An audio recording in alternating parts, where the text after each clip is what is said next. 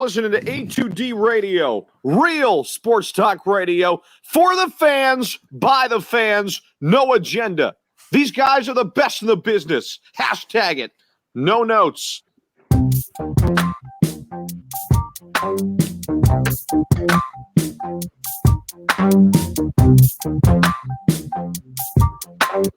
Right here. Listening to A2D Radio.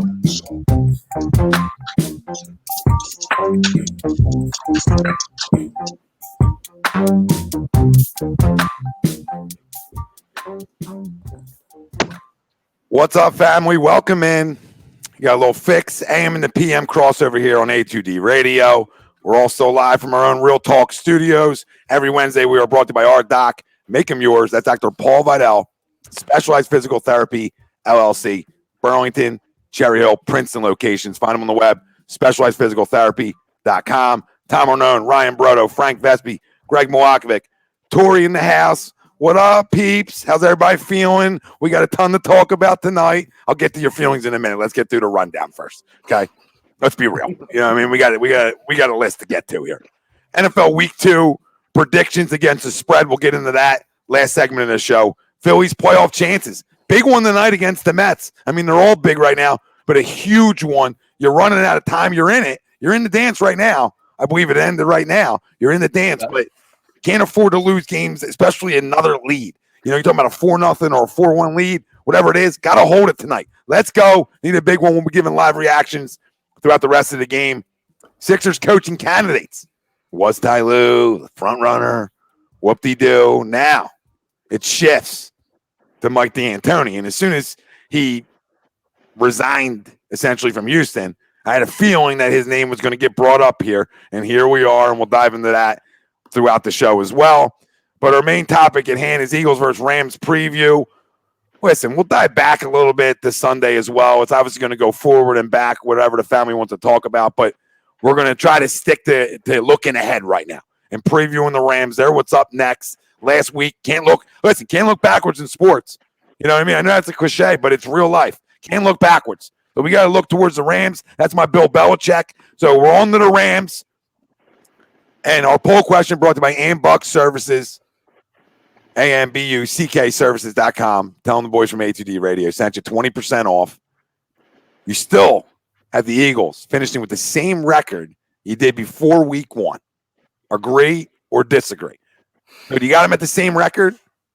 Really a simple one tonight because we've seen panic in this city and we've seen the realists who still believe in this football team in this city. And I know what we're going to see tonight.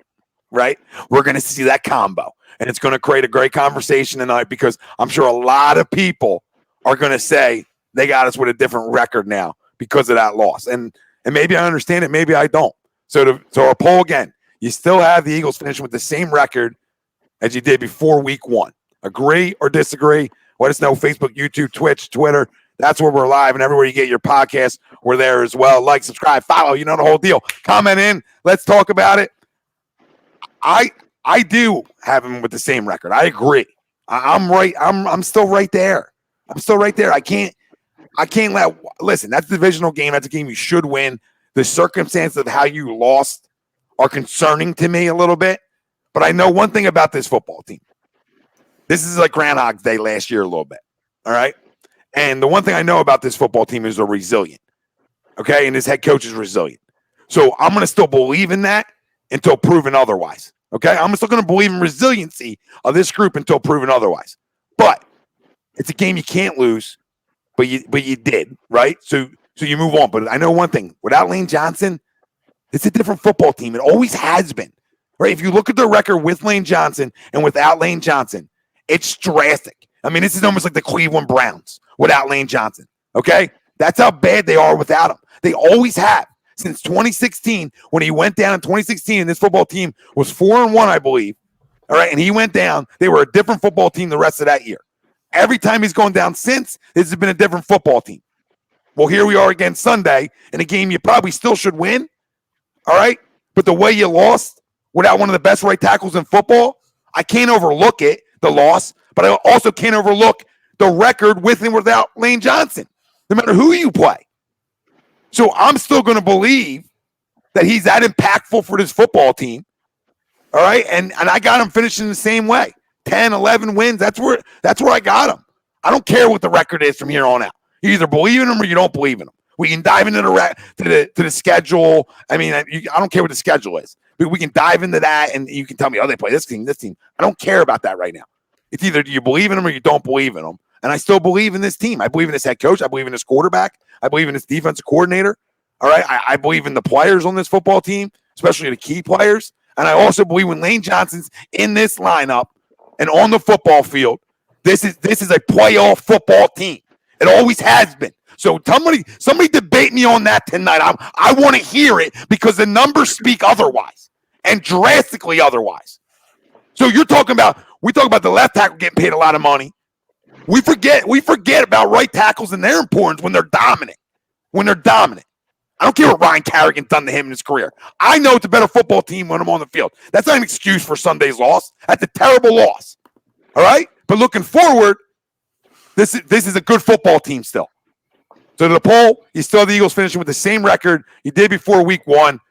I agree. I'm still the same. I want to hear your opinions. Let us know, fam. We're going to read them all. We're going to talk about it. All right? Rye, Frank, Tori, Greg, let's get into it. Let's talk about it. Do you agree or disagree? Go ahead, Tori. I disagree. I had them about 11-5. Looking at the second half now of last week, I have them at about 9-7. And I know you don't like to look ahead in the schedule, but I re-looked at the schedule and I just feel a completely different way than I did originally.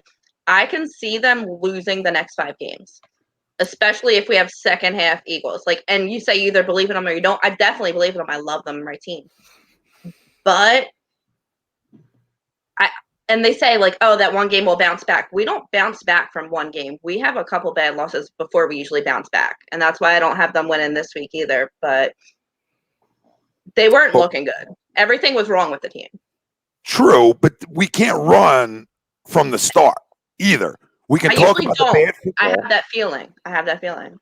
No, and it's fair. Listen, it's fair for people to be in semi-panic mode, right? Yeah, I'm in a dark place. Yeah. Or trust issues, right? Yeah. It's okay. It's okay, but I'm here to talk you all off a ledge tonight. That's my job tonight, is to talk everybody on this show tonight and everybody out there listening off the ledge. We're not jumping off the bed after one loss, all right? First, that's too classy to jump off after one loss, all right?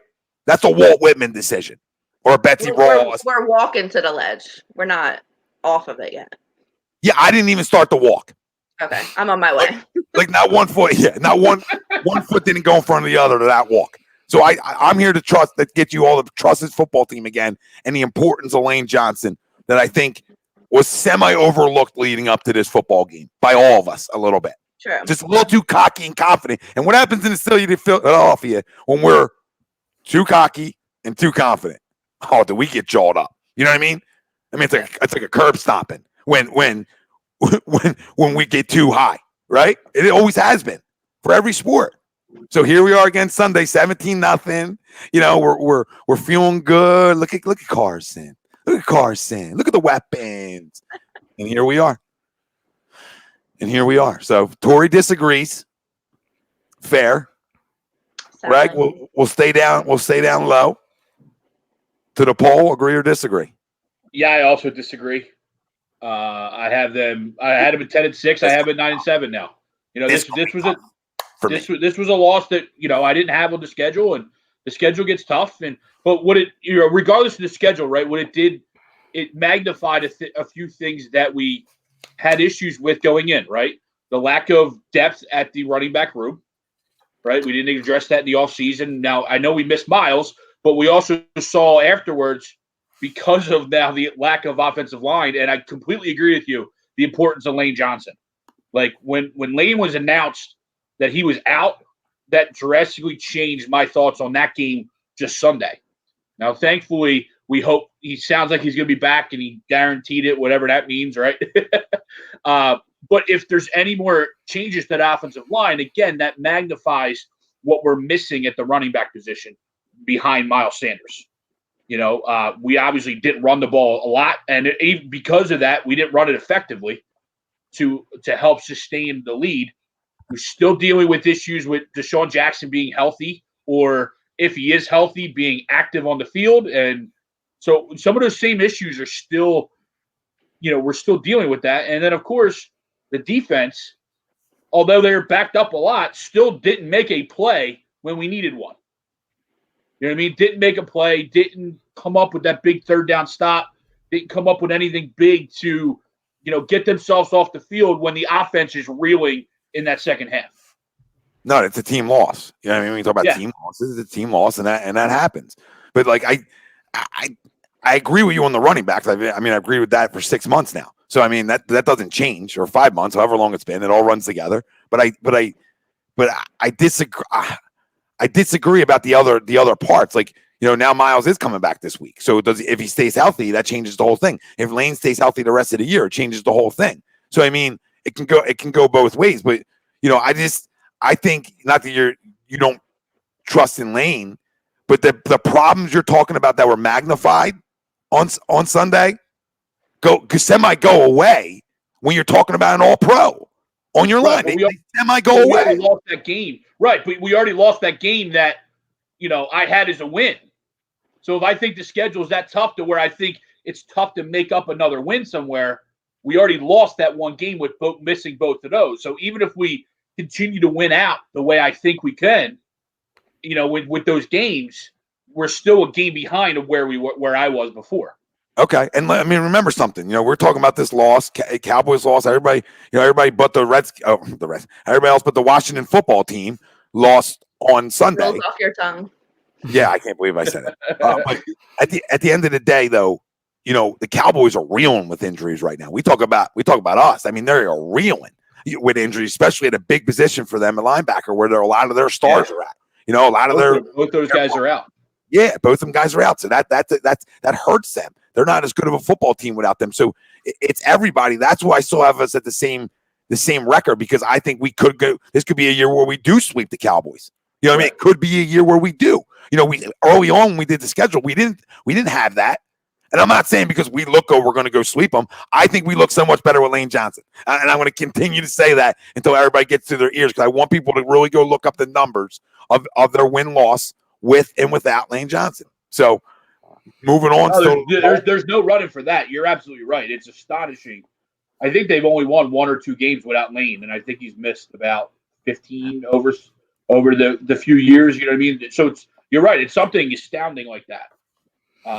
I know, Tom, me and you had the conversation before. Like, Carson's rookie year, they start 3-1, and then he gets popped for the PED test and misses the rest of the season and the 10 games, and they weren't the same team.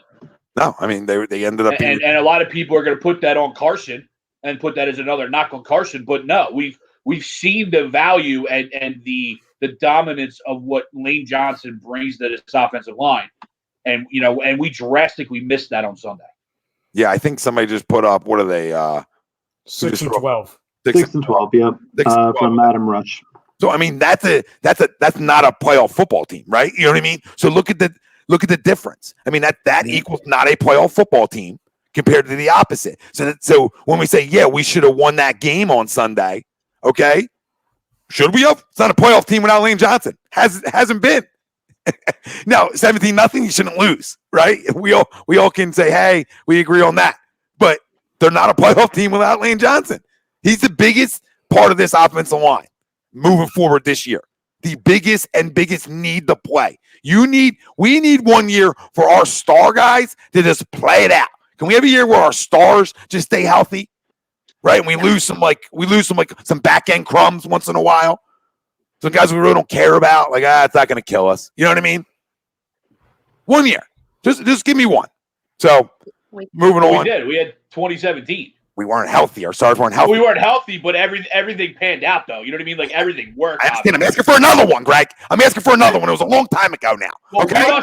Whatever we did to get that year, obviously we're still feeling that, right? Are we though? We've been to the playoffs every year, so we're still around. We're still here. We're still swinging, right? We're just missing. It's torturous, though. because of the way they've won over the last 2 years has put a lot of strain on us because it hasn't been smooth. Neither year's been smooth. Never is. They've been fight backs from bad starts, etc. Right? Same thing we saw on Sunday. So but yeah, a good start. Good start, but bad start because they're 0-1, right? Yeah. So they find ways to come out the bad starts. Now, maybe not losing their opener, but I'm talking about that first quarter, that first 4 games. They've been known to come out and have some bad starts in their first 4 games outside of 2017. They've been known for it to start a little slowish and a little sluggish, or throughout times in their schedule get sluggish. But November, December, they always come to play. But can you hang in long enough? That's the question. But to our poll, Ryan, you answer next. I just want to read it off again. You still have the Eagles finishing with the same record as you did before week 1. Agree or disagree? Whatever. Frank, Rye. Go ahead, Frank. Go ahead, Frank. I agree. I agree to the poll. I had this team as 10-6. I believe it was 10-6.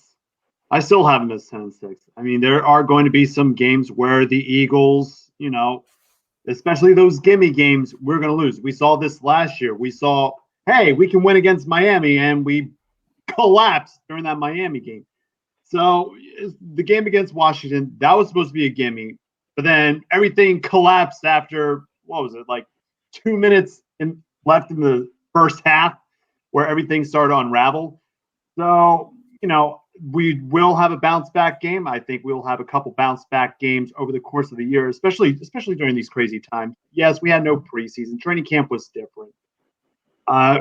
Players are getting injured, and that might help us, especially looking at Dallas right now with the loss of Leighton Vander Esch and Sean Lee, and even looking at some of our other opponents. I've been looking at the IR list, and that may or may not help us over the course of the year. So we're getting some of our guys back, but I still have us at 10-6 right now and winning the division. So what's up, Josh? Says checking in. Rams fan checking in. Good luck this Sunday. Well, good luck after this Sunday. Is that fair to say? Yeah, no. Yes. We need all the luck over here. Not too much luck this Sunday. Josh, how do you feel about the the season uniforms? after that? Oh, God. Frank wants to know how you feel about the uniforms, Josh. You got a good football team there. I said it on the preview show. Remember, guys? I said that I like the Rams this year. They're the sleeper because everybody's down on them, and they do have talent. And Cooper Kupp means a lot to that offense, and we saw it again on how important Cooper Kupp is to the Rams, and we're going to have to deal with him Sunday, and guess who's matching up again? I guess if he's in the slot, it's going to be Roby, all right? But now that you got that familiarity, they were teammates, which is good. And then I think if he's out on the outside, it's going to be Darius. So that's how it looks like from what I hear and what Darius said the other day. So that's sort of how that's going to roll. So, Rye, agree or disagree? You still have the Eagles finishing with the same record as you did before week 1. Agree or disagree? Tom, I know you and I kind of talked briefly earlier, and, I told you, and Frank knows this, I was talking to Greg about it the other day. I'm hurt. I'm hurting. That game,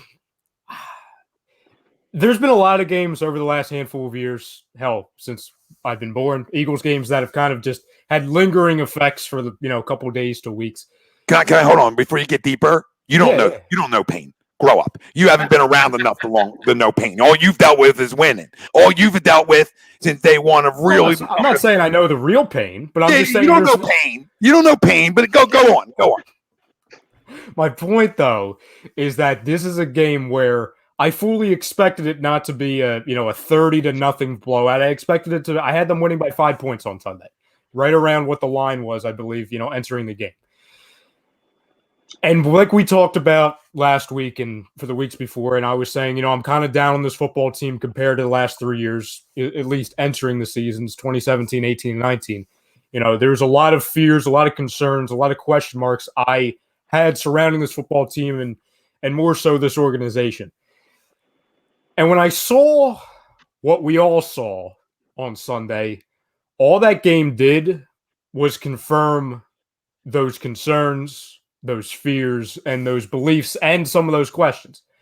So it would be very easy for me to say, I'm going to take this from a 9-7, 10-6 type team, tying with the Cowboys, finishing as a wild card or as a division winner, and deducting it by a win or two, because like everyone said so far, like a ton of people have said in the comments, there's no business that a playoff team of any caliber should be losing to a team without a name and a team that That's irrelevant. We saw it on. I'm tired of hearing that argument. A team without a name. They're football players. Hold on. There's a lot of money and guys with cleats and guys that wear helmets and pads that have no part of the goddamn name. They just go play football. So we lost to a football team. We lost to an NFL caliber football team. We didn't lose to a minor league team. Hold on, we didn't lose to a minor league team. I'm not saying you, but anybody that makes that argument as a bad reason to lose is a ridiculous argument. Okay, we lost to a team that we're better than. That's the argument. That's the argument. You're really shitting on Ryan today. No, we knew it was coming. We already spoke about it. At the end of the day, do you honestly consider this any more than a bottom five type football team in the league? Absolutely, when Lane Johnson plays and Miles Sanders plays. No, I'm talking about the football team. I don't know. You listen on paper, yes. Defensively, we know what they can do, though. We've talked about that. They have great coaches. I mean, we got to factor some things in. Can they be an 8-8 team? They could be. They could be. Do I think they're a playoff team? No. But could they be an 8-8 team? They're tough. It looks like they're tough enough to be. It looks like they're mentally tough enough to be. They got Jack Del Rio, who's a fantastic defensive coordinator. Fantastic. And it's just a tough guy. And we know what Ron Rivera is. Right, so it looks like they have some sort of identity, at least, even though they don't have a name. They have an identity on the field, and the identity is to go get you. And everything we talked about that could win them games won them a game Sunday, which is, can they beat you up front? We weren't totally sure because it's a lot of assets, right? We talked about that, but they got to come to play and prove it, and they did. They did. Every one of them high picks came and played Sunday. I heard all of them. There wasn't a name I didn't hear. So I mean, go on. But that's my counter to that. We lost to a team that we don't think is going to be good, but it doesn't mean they can't be 8-8. And just because we lost week 1 doesn't mean we still aren't essentially a playoff team or better than that. Well, and see, this is the funny thing too. With what I just said, you would think once again that I would deduct the team by a couple wins, but I actually agree to the poll. That's my entire point, to where I'm not somebody that's going to panic, even though, like I said, there are a lot of concerns, which I'm sure we'll dissect a lot tonight, over the course of the week until we play, the Rams in week 2. But I always had us coming out 1-1 in the first 2 games. I did. And if it was a storyline to where we're not getting Lane Johnson back or Miles Sanders back, or we're not getting Brandon Graham back, and if this was going to be the norm for the next 15, 16 weeks, then I would disagree to the poll, and I would say, hey, deducted by a couple wins because we're not getting Miles back, we're not getting Lane Johnson back, but we are. So that's my biggest point to everyone, to where the reason why I bring up, and this is why, you and I were going back and forth, the reason why I bring up the whole no-name football team thing, it's not because I believe it's a reason, but people keep talking about that to where it's a reason to panic. But on the flip side, the panic needs to kind of be at a pause for a second, because we're getting players back that we didn't have week 1. That's my biggest reason for bringing up the football team aspect, because it's going to be, in a way, especially on the offensive side of the ball, a completely different roster and outlook of how we run the ball with Miles Sanders, and obviously protect the quarterback with Lane Johnson instead of a rugby player. That's a big, big aspect. Yeah, we look at Jake Driscoll and rugby and think we're supposed to win a game with that front. Like you know what I mean? Like we can be as confident as we want, and I expect us to win that game because we're better. I didn't expect us to come out 17-0 like that, which makes it harder to swallow. Okay, but I don't think these glaring issues that we thought are necessarily fully here, unless Lane doesn't play, Miles doesn't play. Right? Them issues could surface again, boys and ladies. They could surface again, right? But with them playing, and expect them to be healthy, I expect it to be a damn good football team. Now, they could all change. And then that would be an indictment on our GM, like we've spoken about for months. Okay, so we all agree there. So what we semi all agree with is, I believe that everybody still has us as a playoff team. Does anybody here not have us as a playoff team? Dory, we'll circle it back again. Greg doesn't have us as a playoff. I could see us. I could see us getting a wild card spot even if we don't win the division. So yeah, sure. Just want to know if you got us in the playoffs. Greg, you don't have us in the playoffs? Yeah, no. I was misinterpreting your question. Yes, I still do have the playoffs. Okay. Frank, still have us in the playoffs? Yep. And then Ryan, obviously you agree, so I would assume you still have us in the playoffs. Yeah, I've always had him as a wild card, so it hasn't changed for me. Well, you flip-flopped on me today because you told me you were going to be negative. No, I'm going to be negative, but not with the outlook of this team going forward. I'm going to be very negative with two people, or people on this football team. I'm going to be very negative with two of them. Who? This quarterback and this coach. I knew it. That's what I was going to say. That's where you and I are going to get in the arguments. It has nothing to do with the record. It's what I always had them losing one and winning one in the first 2 weeks. Because the coach and the quarterback, they're the constants. Those are people we had in week 1. And they both need to be better going forward. I'm not saying the one should get fired and the other one should get replaced by a second string, third string, or fourth string. Let me make that very freaking clear. So I'm not abandoning either of them. But there's two constants with this. And it's now we're entering year 5 with one. No, I'm sorry. We're in year 5 for both of them. And there's still things that we're talking about today that we can't ignore. To where but we should, though, because it's not like the biggest thing in sports is not how you start, it's how you finish, right? And this team has finished after the first year of Doug Pederson. They've been in the playoffs every year and won a Super Bowl. So I understand there's some things that concern people, and I understand the way we lost makes it more concerning. Okay, what I'm trying to say to you is, if this head coach and quarterback after last year has officially proved to people that they're tough as shit and are resilient, I don't know what ever will. I just don't know. Not to you, I'm talking to everybody. I just don't know what will sell people that, okay, they had a bad game. They had a bad week. Yes, everybody needs to play better. Everybody. Okay? So nobody can run from that. But I'm not like down and out on them that I think it's like this big trend. The trend is they're a playoff team every year. That's the trend.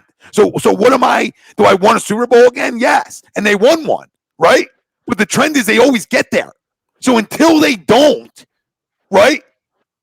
Until they don't, I'm not going after Doug and Carson this year yet. Like, now, if after the first 4 games, now I'm going to sit back and reflect and say, where are we at the quarter mark?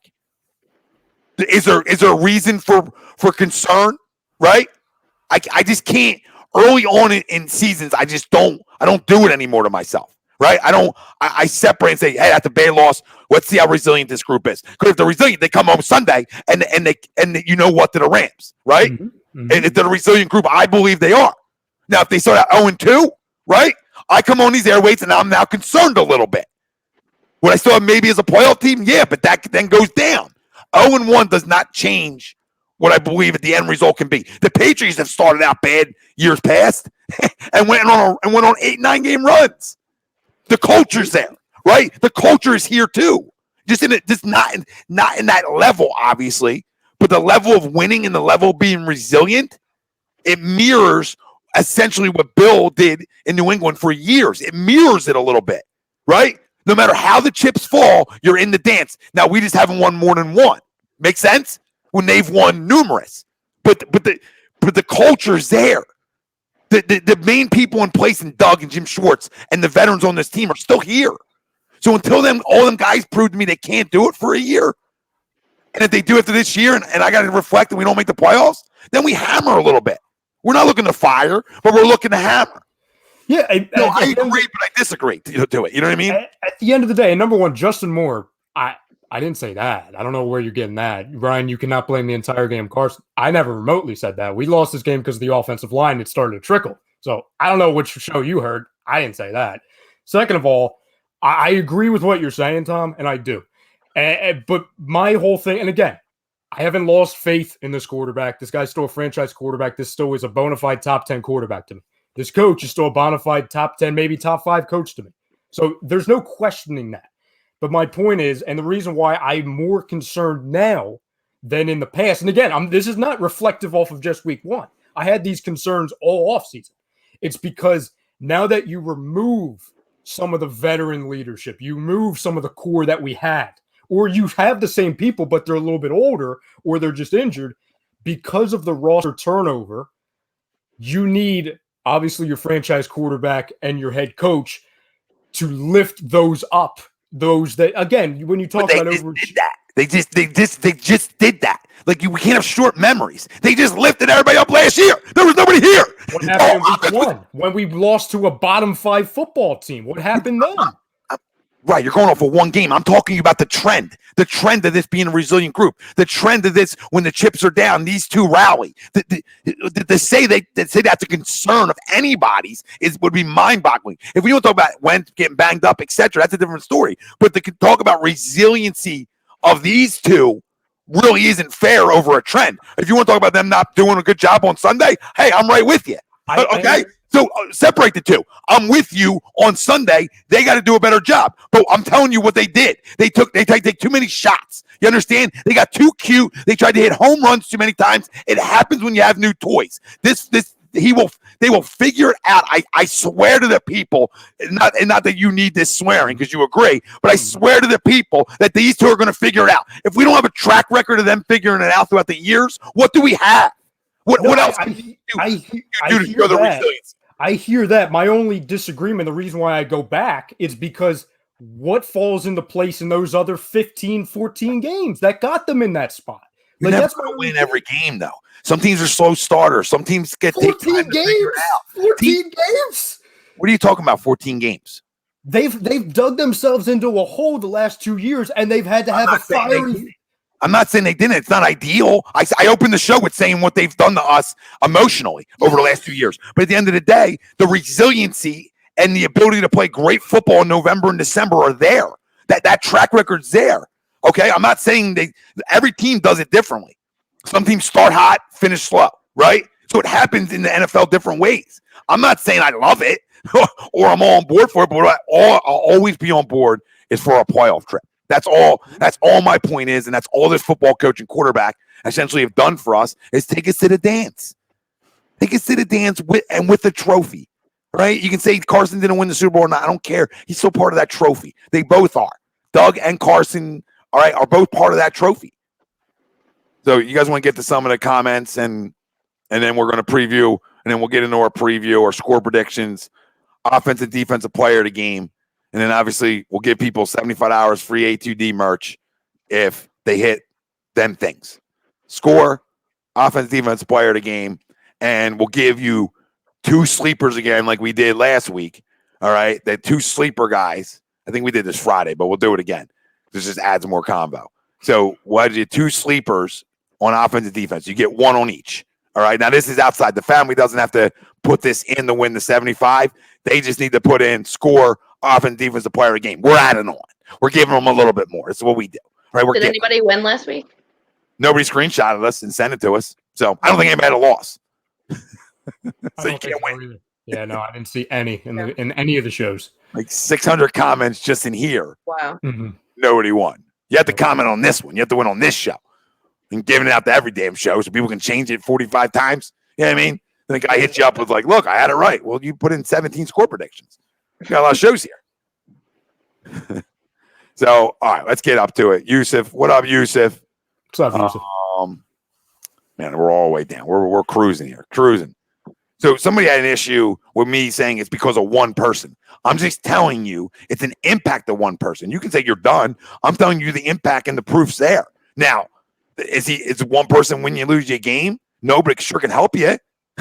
When you're talking about an all-pro, if we're just going to diminish all pros, then screw it. Then every all-pro can go. If we're just going to diminish all pros and some of the best at their position, then fine, let's do it. Let's act like it doesn't matter, okay? But you saw Jake Driscoll. You saw Jordan Mailata. You thought that wasn't a damn problem? Yeah, it's different when it's an offensive lineman at the same time, right? Because the anchor of what's going on, especially our offensive line, where we're already having a replacement right guard. You were moving now. Granted, he's a Hall of Fame left tackle, but he hadn't been there in 6 weeks. You know what I mean? So now he can do that slide in his step. But all right, he's also 38 years old. So when you then take out your young All-Pro right tackle who anchors that offensive line, now you're dealing with 2.5 question marks instead of a half question mark or 1.5 question marks. So the trickle down is a big difference when it's your all-pro right tackle, and it just completely shreds up your offensive line. Like, let me ask you guys a question. Without Lane Johnson, and then we'll get into our score predictions, okay? So we'll circle this again, and I want everybody. I want to know. Without Lane Johnson, would you say this isn't a playoff football team? Do you guys think the impact is that great? Like I put it on this football team. I think his importance for some reason just shows up in the record. And without Lane for the rest of the season? Yeah, like if we lost Lane, do you have it as a playoff team? They win like 5 games. 5 games. They win 5 games. Jinx. That was our biggest issue was the line. It's 2016 all over again. I mean, you see the combined. Yep. You see 3-1, and then you see what at 2-8. You know, I don't even know if the math matches up. Doesn't matter. Something Sounds like good. That. Sounds And good. it felt fine. Like you know what I mean? But no, they win like 4 or 5 games. Yeah, I mean, I have them a little bit more than that. I just don't have them as a playoff team. Like they can maybe get the 9 and be on the way out because they're tough. Maybe 8, right? I just don't have them playoff team. I got them as at least 2 to 3 losses less without them. 2 or 3 losses. So if people tell me that's not impactful, then what is? Hey, everybody, we'll just play with practice squad, guys, because all pros don't matter.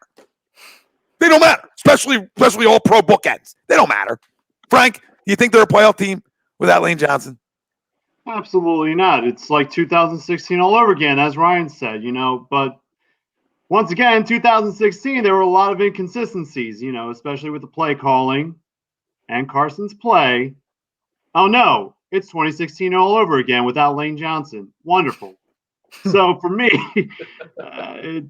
they're not a playoff team. It's actually, I mean, they'll be in the hunt, but they're not going to make the playoffs. They'll fall short. Yeah. Now think about it. Lane's coming as your right tackle as a quarterback, right? Think about that for a second. Like now every snap that's in your vision. Like we talk about the importance of the blind side. Yeah, you got to block up the blind side because that creates turnovers, right? But me thinking as what I would want as a quarterback, I would want a better right tackle. I want to see what's coming right at me snap wise. That's in my vision initially. Especially when Brooks is out too. It's like we've kind of just stopped talking about Brooks because obviously we've known felt like 3 months that he's going to be gone. But like it's almost like a combined thing because we know obviously the importance in their win-loss without Brandon Brooks. But when you have both of them that feed off of each other, you see the record when they're both on the field as opposed to where it's just one or the other. When they're both gone, you have what you see last Sunday times 16. It becomes a trend. No, you're right. You're right. So, Tori, you can start us off and just start us off with your score prediction. And I guess we'll wait. Maybe we go offense first and then circle back around and everybody can do defense, or you guys just want to do it all at once. It doesn't matter. So we can circle. I have us losing on Sunday. Tori. I told you I'm in a dark place. I'm gonna go 31-24. You got us getting shredded up a little bit. A little bit, yeah. A little shred. Yeah. Like I said, I don't see us making like the switch with, oh my God, we're getting our asses beat. We need to come back for a couple games. Like we're not the team we lose one and we come back. It's usually like a landslide, couple games. So we'll be lucky to get 24 points. Oh, I felt that one. I feel Aaron Donald here. So, I mean, I feel Aaron Donald here. Somebody asked us, Fletcher Cox been on a milk carton or something. Yeah, he has. This is what he does. And then he was resting today. See that? He was resting. Yeah. Him and Deshaun, right? Yeah. They can take another breather. But I understand why, though, right? Because if you really think about it, what they want more than anything is these guys to be fresh in a little bit, right? Because they're trying to think long term because of the injuries piling up, right? Doug's almost got to go a step further with his veterans, right? Who've been known to be banged up. You see what I'm saying, guys? So now he's stuck having to do that because the injuries pile up on him every year. Then now he's trying to take a different approach. All right, if I give him breathers in Deshaun, right? If I limit snap counts early on, right? Limit some practices at times, okay? Same thing. You're limiting him during the game, and then you're giving him a rest day? Like, I don't get that. Early on in the season, though, I could see it and try to get the young kids. What you're trying to do is get the young kids like almost like a preseason game. I don't agree with it, but I understand because you lost preseason games, right? I understand the method of trying to get these kids on the field a little bit, right? I understand the method. I got that, but it was way too much overboard. Deshaun was I agree. Yeah. I can never see John Hightower again, but I've said that for weeks and nobody listened. I said draft night and nobody listened about it. But regardless, I'm not saying he's can't be a good player, just not right now. So, but I understand why they're trying to get these guys on film early on so they can go back and just take a peek and see what the guys need to work on, etc.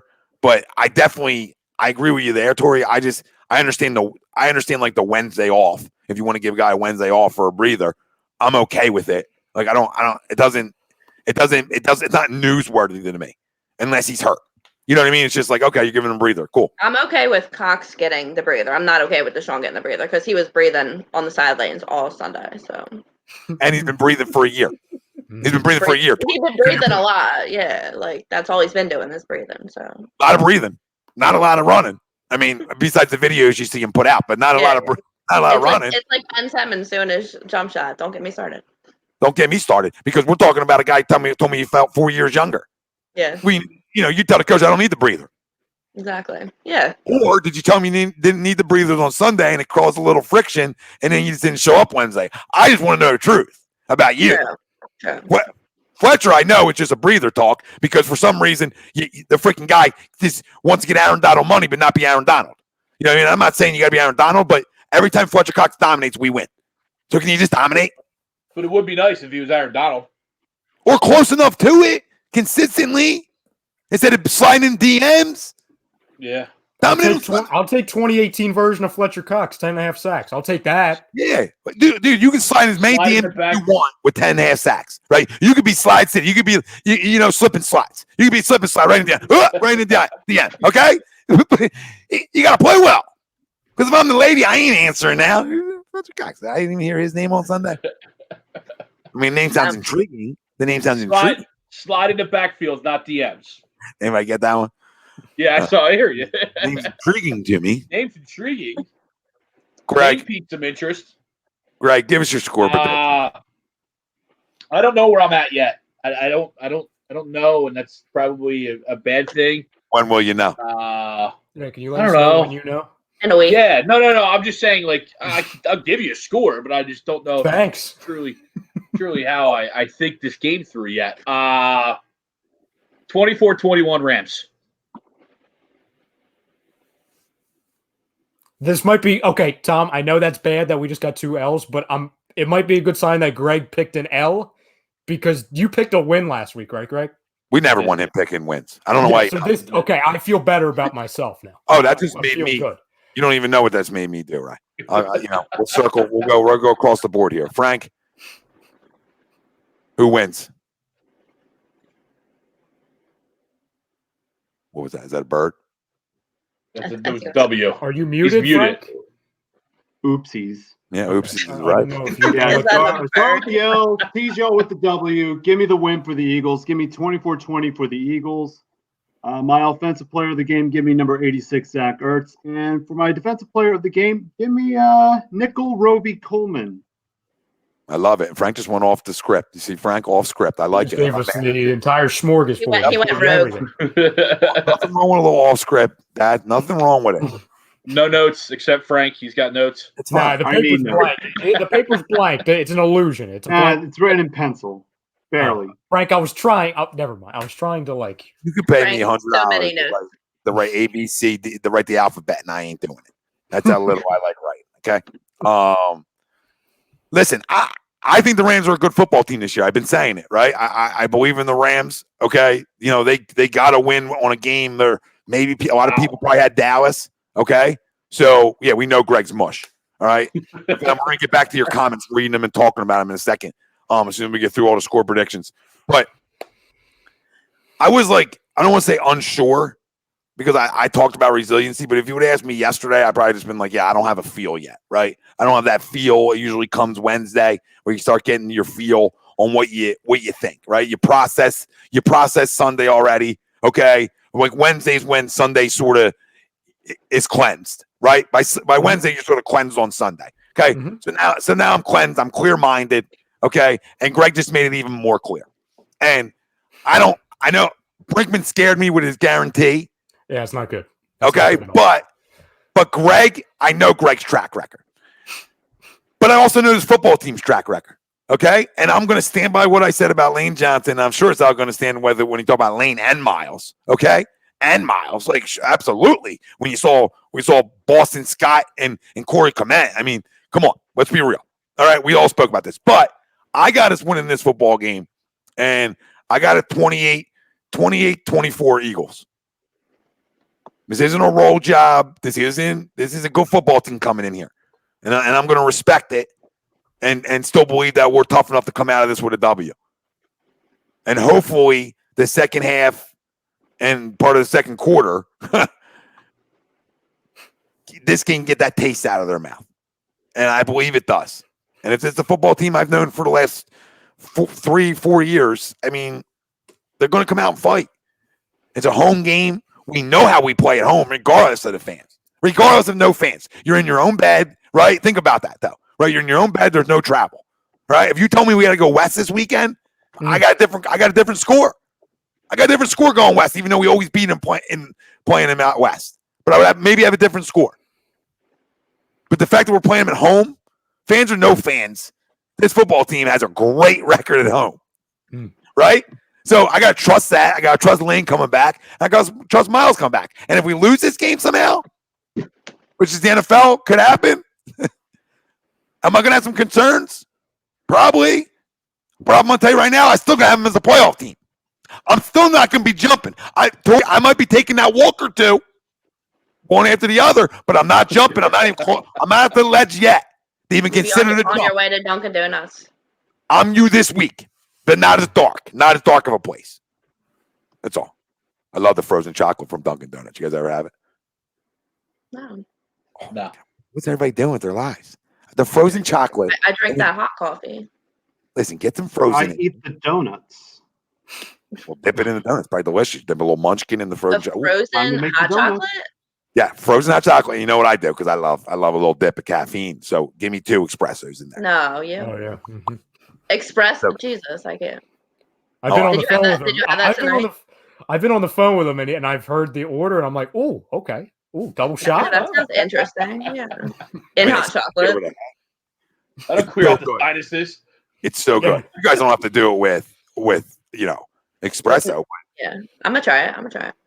I'm telling you, get back to me. I'll be here. Everybody out there, I'll be here. I'll be at the bridge. Meet you there. If the Eagles win this Sunday, I'll try it. I'm not even a coffee guy, but I'll try it. Bridge.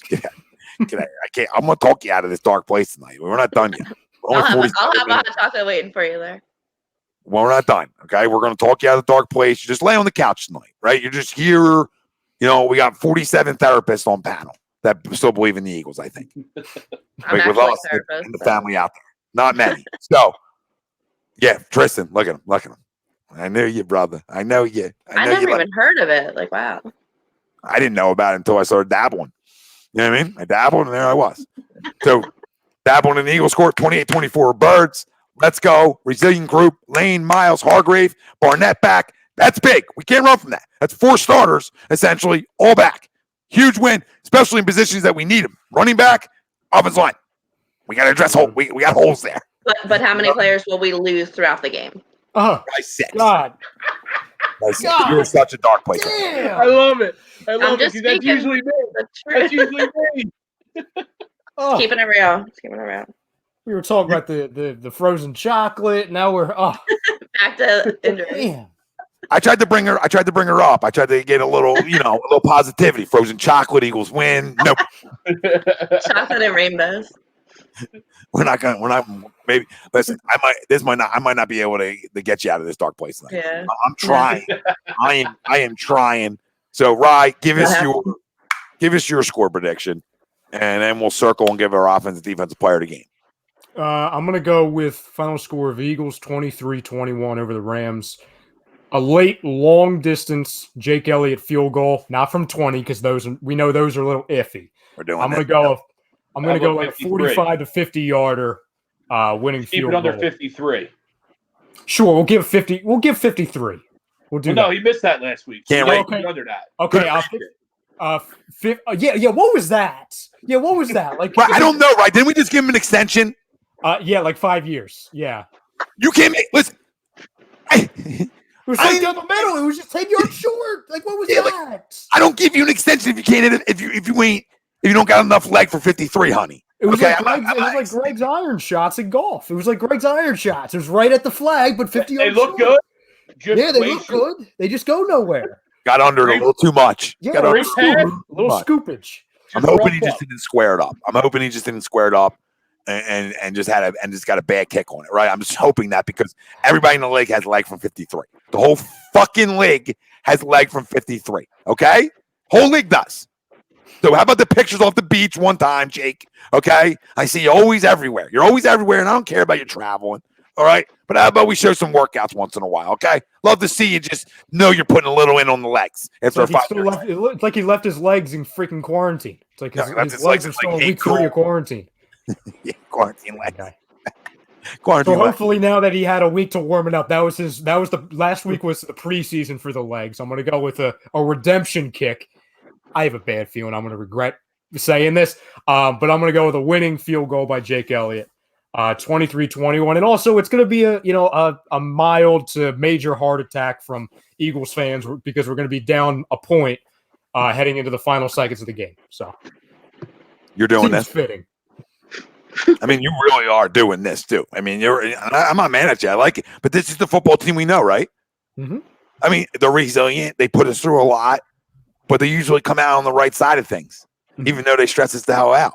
So until that day changes with this group, I'm going to buy in. Now, next year, $50 million over the cap. Okay, we got a lot of questions, but we're not there yet. This football team can still win. This football team has a lot of talent on it. Can we talk about that a little bit? I know we talk so much about Carson and Doug and we talk about Lane on this show a ton, right? But like, can we start talking about the talent that is on this football team, especially on this defense? Can we start having conversation about how healthy Malik Jackson looks good? Can we say that Darius Slay looks good? Can we say that Nickel Roby Coleman, we didn't hear his name, which means you look good, right? Can we say Jalen looked good at safety, right? Can we say them things? Like Jalen showed up, Brandon Graham looked good, right? Can we say the positive things? Yeah, Jerry looked good. Who'd you say, Frank? Jerry looked good. He had a couple big stops on the rushing attack from Washington. No penalties on Jason Peters either. I mean, he didn't block it all, but no penalties. So I mean, listen. Yeah. I think we have a really good defense here. I know. Yeah. Lost. What'd you say, Greg? I said, but with all that talent, because you're absolutely right, we still lost though. Yeah, because that's how important Lane is for some reason. And Miles. And that defense didn't create turnovers to get you off the field in any big spots late. That's all. Jalen looked lost on that touchdown to Logan Thomas. Yeah, that was all on the defense. That was a bunch of miscommunication on that defense. Yeah, they weren't perfect. They weren't perfect. I mean, there's absolutely he was talent, wide open. Yeah, but with all that, we still lost. And you're right. I mean, a lot of that goes to the offensive struggles and not being able to execute down the stretch in the second half, especially sustain a drive and maybe squeak out another 3 points less than 53 yards. But again, with all that talent on the defense, we still didn't make a stop either. No, listen, I get it, and we talked about that on Sunday. That stop wasn't there. That get off the field wasn't there in any big spots, and that can come over time. That's just a bad loss Sunday. But my point was, it's just there is some talent, especially on this defense, that we're like, okay, we can still be the team we want to be this year because it's there. We'll talk about next year when we get there. But for anybody to say getting Miles and Lane back doesn't make us a 100-time better football team, then you just haven't studied this roster enough. That's all. Like, to the guy who said like Lane isn't a big thing, well, then Jake Driscoll is starting 4th or 5th or 6th round right tackle now. Okay, then going to a rugby player. You tell me that's not big. You tell me Miles Sanders compared to Boston Scott and Corey Clement isn't a big difference. That isn't a big drop off. Okay, time's yours. So Corey, your turn. Offense, defense, player of the game. So I guess I'm gonna say Donald is gonna murder Carson. Oh, I need a minute. I mean, I was gonna go Ramsey, like try to be a little different. Don't do that. It's one of my favorite players. Yeah, but like the protection, I know we're getting leaned back apparently, but I don't know. I still see a couple sacks. What happened? Damn it, nurse. Sorry. And I guess, can I say offensive player be McVay? Why? Stop. Whoa. Time out. I can't with him. You're welcome. I can't. Yeah, offensive. Sean. Huh? You can use Sean McVay. Yeah, I'll go McVay, offensive player of the game. And Andy asked a great question, Tori. And Todd Womack, the rotation of Hargrave and Jackson is going to be scary. I agree. I completely absolutely agree. Yep. And we all thought that coming into this year, right? So I'm excited to see. That rotation of all three of them. How long do you have? We need a whole podcast for that question. Well, we tried. It'll be called the Who Hurt Tory podcast. Yeah. I think that would get great ratings. Yeah. Yeah, I mean, just lay it's on a lot of dark places. Marquise wants to know: Are you disrespecting Kelsey? You're disrespecting Jason. He was all right. Like, what'd I say about Kelsey? Well, that Donald's going to eat. So. But where was Kelsey last week? How about that picture of the only one blocking is Driscoll and the other 3 or 4 linemen standing around watching Carson get sacked? Like, no, I saw. You're right. But did Driscoll actually block anything? I didn't think he blocked anything all game. Well, he was holding someone, whatever you call that. Well, you are an issue tonight. Well, at least he was. As Tori must be stopped. Bill Middlebrook says, I love Tori, real talk, but Bill asked a question. All right. Bill says, hey, Thomas Hernan, hypothetically, with all of them back this week, if Wentz is only 50% on passes again and we lose, do you personally start talking about Wentz, or does he get another game or year, LOL? I don't remember where I said he played good enough. I don't recall saying that he doesn't need to play better. I don't recall any of that. All right? What I do recall is saying that I'm not jumping off the cliff and all of a sudden think Carson can't play. Okay? Because all these things that you want to talk about right here, Bill, all right, when he had nothing last year and it was stretch time and it was money time and you had to win games, what did he do? What did he do? So if you want to be out on him, be out on him. But you can't get on me constantly for wanting the kid to be elite. You can't get on me for wanting him to be fucking elite. I don't understand this fan base. Okay, if he's not elite, we stink. You understand that? We're in a bad spot if he's not elite. My God, I don't understand why people want somebody different all the time. I want the guy we traded assets up for, okay? The guy Howie Roseman stamped his fucking name to be elite, okay? I don't want to talk about Jalen Hurts. I didn't trade the second-round quarterback to be elite. I traded a guy number 2 overall to be elite. So why would I not want him to be? Why would I not try to protect him in a way and believe in him when he's proven enough to me when on the field to believe in him? Why would I stop? Because of a bad game? One bad game. You would have been blowing him if he continued what he did in the first quarter. Bill, you couldn't get enough. I love you, but you couldn't get enough in your mouth if he continued that. You wouldn't be able to get enough. So you can have both ways, but I don't run from my stance on him when you do and other people do. Other people flip-flop their stance on him, and I just been here the whole time. Again, Bill, time's yours. I love you to death, and I'm going to yell and scream at you because this is what we do here. Okay? Well, at least this is what I do. I can't speak for everybody else. That's J-Jaw what I had do. a good year last year, Bill. Who? Cars? J-Jaw. Oh, yeah. Rookie of the year, 10 touchdowns. And somebody in the chat asked me earlier, hey, do I think JJ is going to have a catch? I guess that's because, I picked him to be the player of the freaking game last week. I would never, ever, ever, ever, ever do that again. Because I found a talent. I found a talent that I think we all kind of knew he had, but didn't realize it was kind of maybe his only talent. He is the best he's the best of any receiver, maybe any player ever, to be on the field or on the team and just have no idea he's on the team.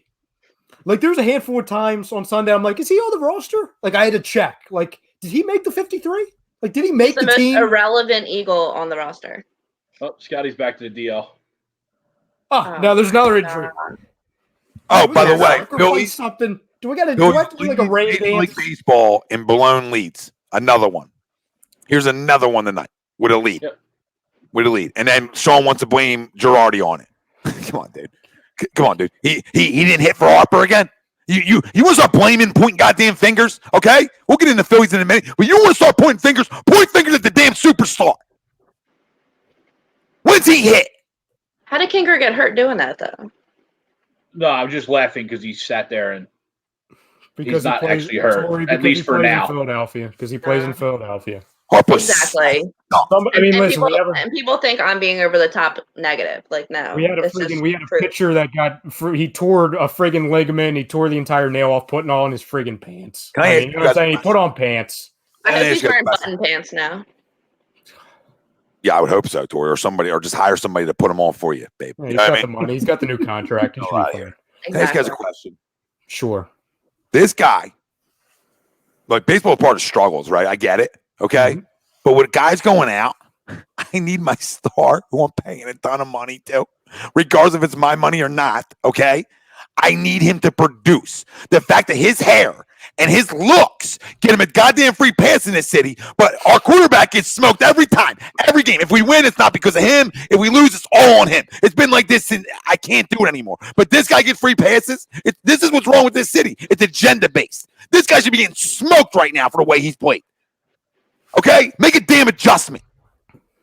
Right? You're not just a guy. You're playing just like a guy. Betting 240 something. Okay? People all tell me about his average don't matter. It does when you're not driving baseballs. Huh. It does when you're not getting on base at all. So the locks can continue to fool everybody, but he better lock the F in. Because we need him. Sorry, I had to get that off my chest. Because Bobby Eagle says, this question still hasn't been answered. Why are we bashing Carson and we give Fletcher Cox a free – well, I don't think we're giving him a free pass. We bash him. I'm not a racist pizza boy. What? I don't know what that even is. Yeah, that one caught me off guard, but that's fine. Why isn't everyone calling for his head like Carson? No, I think we bring up every week, especially the guy in the middle, that this guy's been on a milk carton, seems like, for a year and a half. I yell and scream my player of the game, and you're going to hear it again. It needs to be Fletcher Cox, $100 million. I need to hear his name a million times. I don't know how many times I got to say. But last week, the defense wasn't our biggest issue, so I want to say that's why his head's not on the stick right now. Yeah, and Bobby, guess what? I mean, quarterbacks are what they are at the National Football League. You know, this sort of goes with the territory in a way, but our fan base takes it to another level because there's going to be a group that's never going to like them. There's going to be that Folesian society, air quote, that always wants somebody else. And that's fine. So, all right, Greg, did you give your two? No. So my offensive player of the game is going to be Robert Woods. And my defensive player of the game is going to be Jalen Ramsey. Don't do that to my guy, though. Can you at least do like Cooper Kupp? That way I win in fantasy. Like, can you at least say Cooper? No, because I just picked the one that I think is going to play outside of Darius Slay. Gotcha. Thanks, Greg. Fair. Absolutely fair. All right, Frank. No, you already gave us yours. I already gave it, but for the people that are just tuning in, I'll repeat myself. I'll be fine. My offensive player of the game, I'm going to go with. I'm going to go with Zach Ertz. My defensive player of the game, give me Nickel Roby Coleman. I like it. So my offensive player of the game, give me 11. Monster game for Carson Wentz this week. Cleans up the turnovers. All right, has a clean game Sunday. All right, I got a clean game coming Sunday from 11. And listen, on the defense side of football, I've yelled and screamed about Fletcher Cox forever. Okay? And usually his motor is better at home too. Right? He's usually had a better motor at home. I don't really like taking secondary guys because it's so hard sometimes to have that impact that's shown, right? So it's like easier to go up front, and there's no linebackers to take. So, I'm not straight face taking Nate Gary. So I'm gonna go with Fletcher again, and because he needs to be. Right? I mean, he needs to be. And it doesn't have to come in the form of sacks. It just has to come in the form of dominating the guy in front of you, like he can do. This is why I take him every week, because it's something he should do and can do. So, Rye, give us yours. On the defensive side of the ball, I'm going to go, and I'm fairly confident in this because we've seen it when we play the Rams, and Jared Goff, does this a lot in the past as well. He likes to hold on to the ball, kind of like Carson, but he likes to hold on to the ball and keep that ball up for grabs a little bit to where one of the defensive ends on the Eagles can swoop around and grab the ball. They could just either take the ball out of his hands, which just happened, or calls a strip stack. I'm going to go Josh Sweat here, just because I think he's going to get even more playing time, especially with the loss of Curry. And, Barnett's still up in the air. I know they're saying he's trending kind of in the same. Full participant in pad. So, yeah, so that's a good sign. But yeah, definitely. Until I see him on the damn football field, I'm just not going to. I can't pencil. I can't just say, oh, he's in the game. And, for the people who care about these certain things, I don't, because at the end of the day, they still lost the game last week. Josh Sweat, he graded very well, apparently ahead of Aaron Donald last week. So for all the Josh Sweat people, they're Josh Sweat Hive checking in. Yep, hive of 2, and still growing. Offense, it's tough because I want to go to Sean, but is he going to be on the field for more than half the game? I'm going to go Rager. I'm going to go Rager here. I really like, and this is the main reason why I'm picking him. I think he's going to connect and get into the end zone with a big, maybe a 30+ yard touchdown catch. But I really like what he had to say this week. Now, so I would hope so. Say that again. I said it's the only route he can run right now, so I would hope so. Yeah, that's true. I really like what he had to say this week, and I really don't pay attention a lot to what the players say during the week because I think it's a lot of propaganda. But he took ownership of that interception that was obviously when Carson threw to him, and he even took ownership with the deep ball that I think a lot of people thought and still say that Carson overthrew him. He was the first one to say, no, I eased up, I slowed up. So he was very quick to criticize his own play, which I like, because while it's good for any competitor to say that, it's a rookie who could have easily hid behind, obviously, the fault of the quarterback like everyone else was going after. Mm-hmm. So like we've talked about before, I really like the kid's mentality, and I think it opens up, especially because I don't believe Ramsey's going to be covering him. I think he's going to be on Deshaun, obviously, when he's on the field. I think Rager is going to have a really impressive day. Well, he needs to. Yeah, I mean, you draft a guy there for a reason, and Harper just struck out. Thanks, Bryce. Appreciate you. On cue. Appreciate you. Free pass. Give him another free one. It's all right. Another strikeout. Leading off an inning, a big inning, another K. Stay high.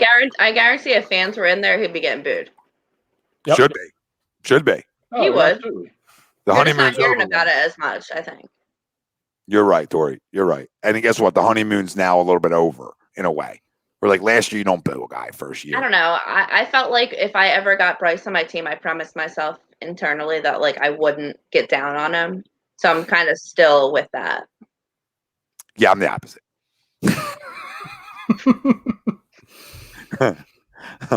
I want to love him all the time. You know what I mean? I want it to be a love affair, right? I want the poster above my bed. You know what I mean? Love the poster above my bed, but at the end of the day, he's just so inconsistent. And he's been bad right now, especially as you said it, Tom. Especially as a Bryce lover, he's been bad. There's no question. With your other 2 top bats out, right? In theory, JT definitely, and then however people think of Reese, right? But going into the year, it was we got Bryce, Reese, and JT. Yeah, and we're gonna roll. And 2 of those guys are out, so we definitely need Bryce. But we need him in. We just need him. Why do you think throw him out? It's so hard with it's so hard with slumps though in baseball with the shortened season. It's kind of magnified. Yeah, absolutely. Yeah. Absolutely. No, it is. It's still different. 162, you have a bad month and you just chalk it up because the next month you could be on fire, right? You don't have them. You don't have that length to have a hot second half, right? And some of them little things, the nuances that we're used to, right? So you're right. And the game, and it's shortened season, so every game means more than it usually does. So it's a weird year. This Speaking game, of weird though, the line for this Eagles game is very weird, right? So after the the Rams won on Sunday. The Eagles opened up as a 3.5-point favorite. And then very quickly on either Monday or Tuesday, it is now jumped to the Rams are a 1-point favorite. So it almost jumped. It jumped 4 points. Yeah, Eagles win. That's a lock. That's a lock. That's now a lock. They win. Home dog too. Mean. You can look at two ways. You can say smart money's in on the Rams, right? Or you can say they're trying to bait you to take the Rams in a way too. You could do it a bunch of ways, or they're trying to bait you to take the Eagles. You can look at it a bunch of ways. I like when people try to look at that, but the fact that it moved that much, and I always look at home dogs, like good football teams that are home dogs are like what? And so it almost makes you think you want to take the Rams, right? Now I go the opposite there. Give me the Rams. Nah, you'll lose again on them. It's like you'll lose again. Yeah, I'm about to take them too.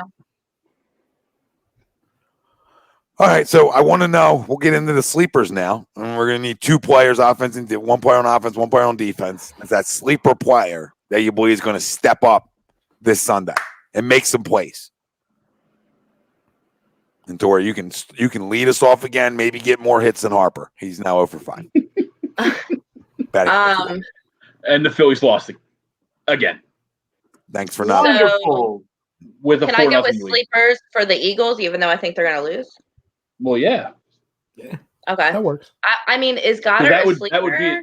That would be a sleeper. If you have him losing, then the Eagles sleeper would be, Is Goddard a sleeper, though? I mean. After the game, I don't know. That's tough. I'm surprised no one's brought him up yet. I feel like he was our best offensive player last week. Easily. But yeah, over 100 yards. I guess it's hard to call him a sleeper. I don't know. I guess I'll go with Goddard. Yeah, I mean, I would say maybe he's a sleeper just because he's still that, quote unquote backup tight end. Yeah. But I mean, that's an easy sleeper then to pick for me. Yeah. He's nasty. He's that's the one positive thing I can pick from last week would be him. But that's the benefit of going first. You get the pick of the litter. True. You're right. Thank you.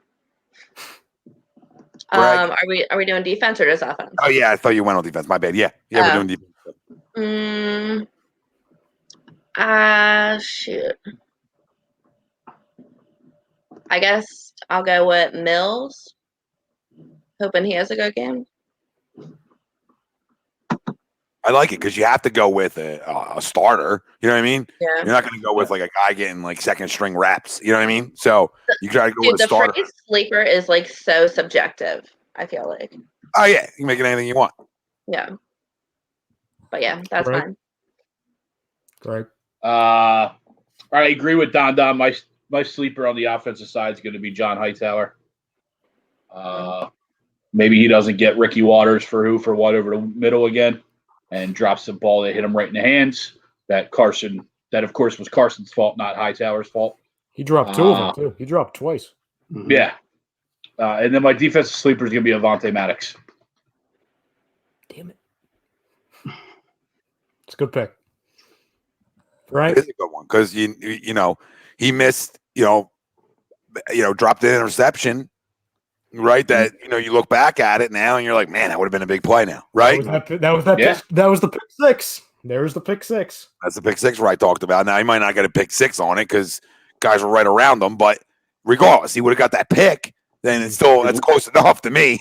He's calling a pick. It's calling a pick, but I need you to catch that football, right? This is what I expect from the secondary this year. It's to be the ability to catch and get takeaways, right? It's been an issue for the secondary for a while is creating takeaways, right? And they're not great at it. And then have an opportunity that you look back on now and you're like, man, that was pivotal, right? Like in the moment it wasn't, but then you look back and you're like, oh, could have used that one. Yeah. So, there was another strip sack that we didn't get that bounced around forever that we looked at and was like, all right, maybe that's not a big deal. We didn't get that, right? And it ended up being a big deal, huge deal. So, we need to take the football away. So I like both your picks. Frank?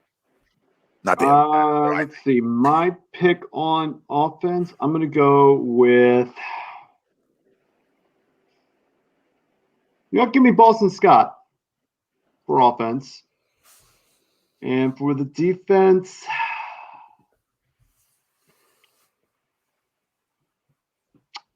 give me Malik Jackson. Okay. All right. Yeah, I was going to say Boston for mine as well, but the one ask I have is this. Can we see a friggin' I can't believe I'm saying this because I used to yell and scream when we saw too much of this in the past. Can we see one damn screenplay with some ball? Now we actually have guys to run it. I remember before we tried it with Aguilar, and we used to try it with Arthego Whiteside a couple times. Now we have the guys that we can actually run with it. What do you mean, wide receiver bubble screens? What? Yes. Okay, Yes. I thought you meant regular screens. We tried running three regular screens, and they all got blown up on Sunday. Oh no. But yeah, I would like to see, right, to your point, I would like to see some RPOs and some bubble screens. Right? I would like to see an emphasis on getting the ball out early quick, which I think then will translate to not getting hit early because everybody wants to talk about Carson and high throws, etc. Listen, when you start getting beat up back there as a quarterback, everything changes, okay? Everything changes to every quarterback in the National Football League that gets hit around probably loses games, okay? Every quarterback that gets sacked 8 times loses. All right? I just want to let the people know how that works at this level, all right? If Brady gets beat up, they usually lost. Okay, if a team got after him and made him a little jittery in the pocket, they lost. Right? It's just how it goes. It doesn't mean he's not a fault of some of them sacks because I give him about 3 of them of being him. Right? But there was other ones where the guys were coming unblocked. I can't put that on him. And if you're getting beat up early from unblocked guys, that puts so much pressure on you the rest of the damn game. I'm not making an excuse. I'm just telling you how the quarterback position is played. Right now, I need to see some more. It's not like you don't stand in the pocket and make throws. It's not like he wasn't doing that. You know what I mean? But just your timing gets off a little bit. Just a little bit. So, go ahead, Rye. Give your finishers off. I just had to get that one out. Offense, I'm going to go Greg Ward here because to your point, Tom, and I hate saying the dink and dunk thing, but in a way, I think we could use a little bit of that, especially if it comes to just calming everything down. And that's where Greg Ward kind of comes into play a little bit. The short throws, not necessarily the tight ends, and somebody who's sure-handed. That's why, I was confused. And, I'm the friggin' John Hightower guy. But, last week when those short little, crossing routes to John, I was wondering, why are they doing it to him? No disrespect, but, why are you not doing it to somebody who, A, has played in the league before? And, you know what I'm saying? There's a million other guys you could do that with. You're doing it with somebody who's a 6th-round pick who's never played a preseason game, let alone a regular game. So I think the shorter throws can help Carson, especially in this game when you're going up against Aaron Donald. And on the defensive side of the ball, I don't know if he's a sleeper, but I'm going to go Rodney here. If he's not a sleeper, I can come up with somebody else. Well, or Malik Jackson. I don't think you get, I'm not going to be that picky. I mean, Malik's not a sleeper because he's damn good, but he's getting paid a lot of money too. Yeah, but I understand it because you got to pick somebody on defense. You know what I mean? And teams are flying, so it is what it is. But yeah, Rodney's fine. I mean, you could have Rodney making some big plays, maybe a strip sack, a little blitz off the end, maybe a pick, maybe a recovery. Him and Malik, at least in the first half, before everything went south, those two really came to play in the first half. Those two were all over the friggin' field. Couldn't agree with you more, Rye, on that one. Couldn't agree with you more. I felt that I kept hearing their names, and I like to say it. I was like, man, Rodney again? You know what I mean? And I was like, ooh. You know what I mean? There was guys who were there was a couple that were showing up early. Malik was really that impressive one because, we weren't sure because we only had him for a quarter last year. We had him for 5 plays. We had him for freaking 5 plays. And there was a burst with Malik, too. There was a burst off the line, off the ball, and it was great for all of us to see because we hadn't seen it. Right. Yeah, it felt like we were getting a new player in Malik. It was oh, wait, we signed him 2 years ago, but this is the first time we're seeing him, really. Would it be funny, called Deshaun a sleeper? No, because he's on a friggin' Kawhi Leonard call him a breather. He's on a snap sideline. He's a breather. Yeah. Listen, Jalen Ramsey's a pimp, so it's hard for me. I saw someone say that. Like, he is such a pimp. I would have traded 42 first for him. Like, you know what I mean? Like, because I even contemplate taking him over Carson that year. You know what I mean? That's how much I'm a Jalen guy, or over a quarterback, not necessarily Carson, but like over a quarterback, because I love Jalen that much. Now you got to draft your quarterback, right? But then you had another opportunity to go get him. And I don't care about the money. Shut up, because it's a corner that you're paying Darius a lot of money too. So, I mean, you know what I mean? It doesn't matter. Money's money. You know what I mean? You're paying anybody a lot of money. But I love Darius. But, man, Jalen Ramsey my favorite corner in football, because I think he does so much. So much. Sorry, Greg. Go ahead. No, I was just saying, it's not like you hit on picks anyway, so why do we keep him? Yeah. Sorry for another day. You just trade them away. Go get assets, young assets. But, listen, I get the cap. I get all that. But I was trying to win last year's Super Bowl. You know what I mean? So I try to factor that in. You could say because he's a sleeper because his snaps are limited week 1, right? You could say because he's going up against one of the best corners in football, arguably the best, right? So for him to go over 100 yards and for him to have a touch or two would be big time sleeper. I mean, I think for him having 80 yards and a touch would get people jacked up again, right? Like, I think that's what we need to see out of him.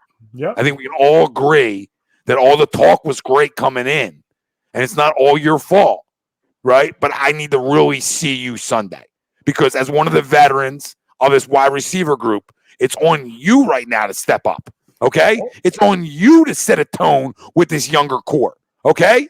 Because the guy I really want to set the tone with isn't here right now, and that's Alshon, because I think Alshon's a more pure wide receiver.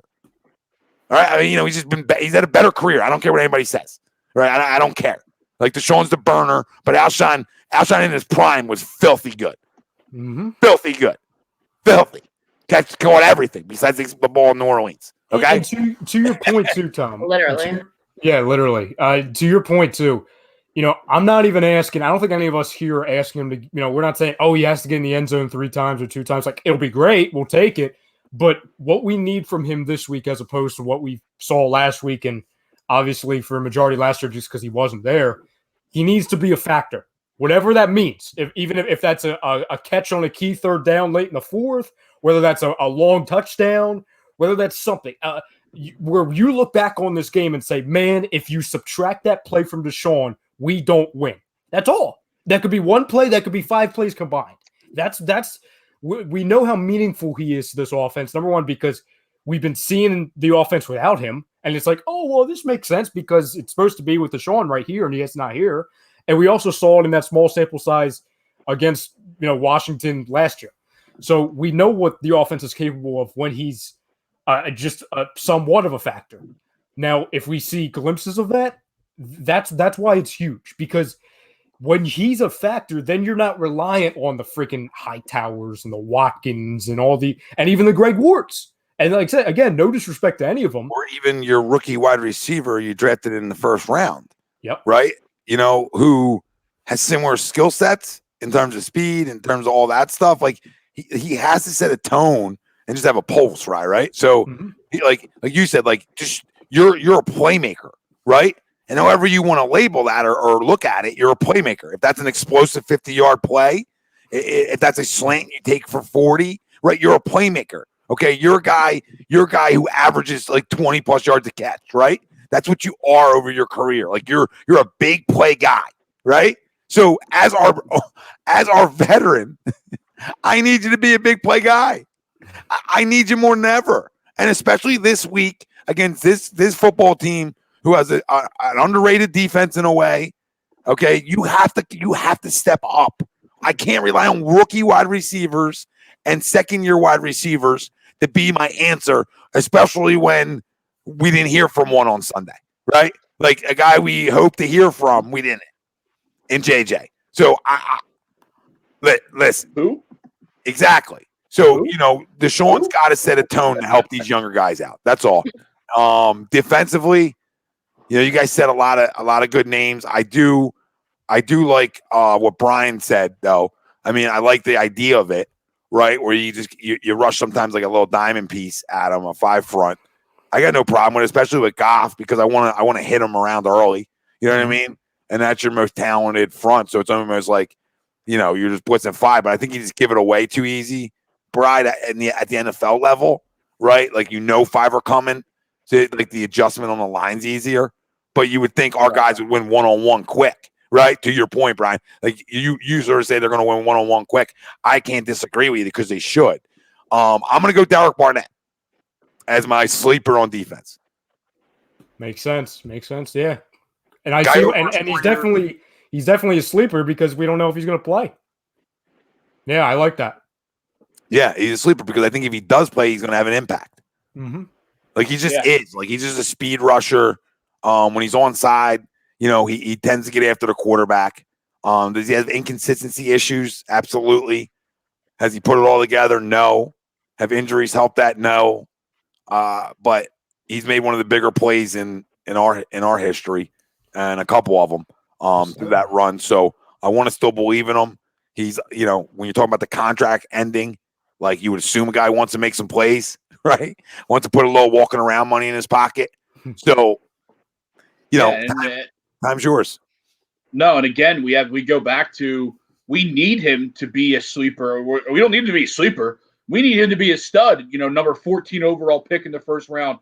We need that to pay off. Whether we pay him the contract or not, we need production out of that pick.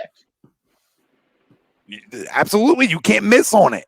Mm-hmm. Now, you got your payoff for it, air quote, with a Super Bowl, right? So you can say, like, okay, it was worth it. But you were looking for a 10-year vet that was averaging 8 to 10 sacks a year, right? I mean, that's what you assume you're looking for. Quoted the next Reggie White, right? Yeah, I remember getting a lot of heat for that on draft night, for that being my crumb or some sort, or going hot about it. I remember getting a lot of heat. People tell me, "Oh, you don't know what he did in college." I know what he did in college.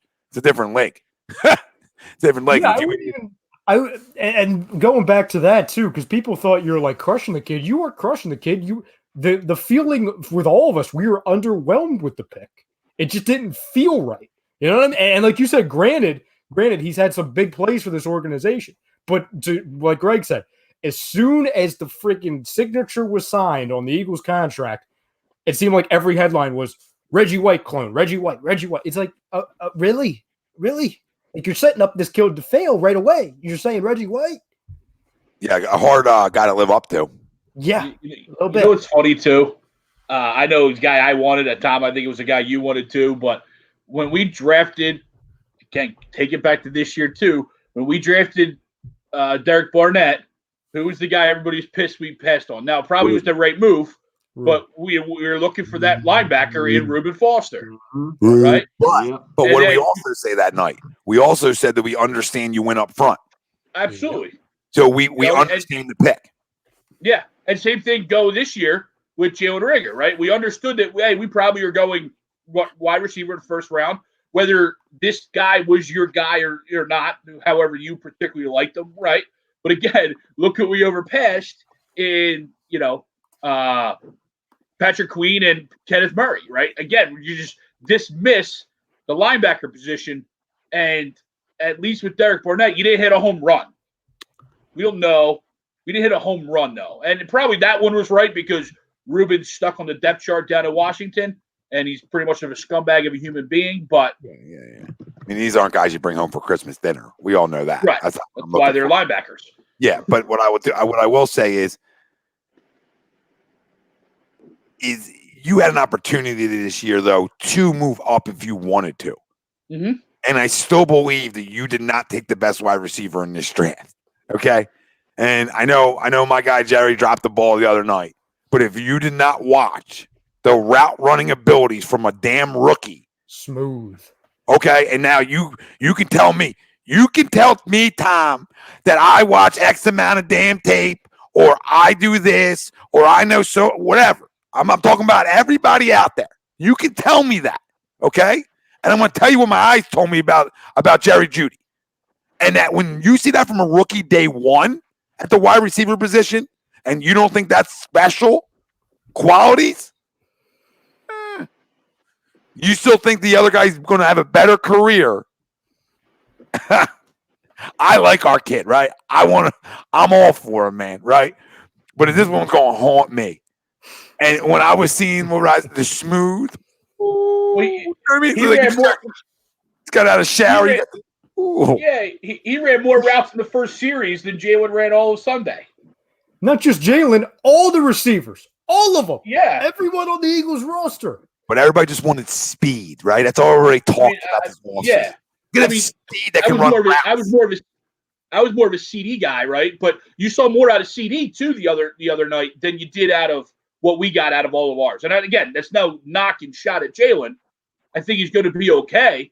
And again, we need him to be okay. But again, two guys that most of this fan base wanted, right? And they both outperformed what we got. Yeah, this is why I'll just say again. This is why you can sometimes just listen to me. I could have told you draft night. A lot of guys could have told you different names, whatever. Okay, I wasn't Mr. CD. You guys know this, so I could be wrong about him, and that's more hatred, right? Fair, like that he went to the Cowboys. Now I really hate him. So just deal with that, okay? But I could be very wrong on him, but I'm freaking sure as hell I wasn't wrong on Jerry Jeudy.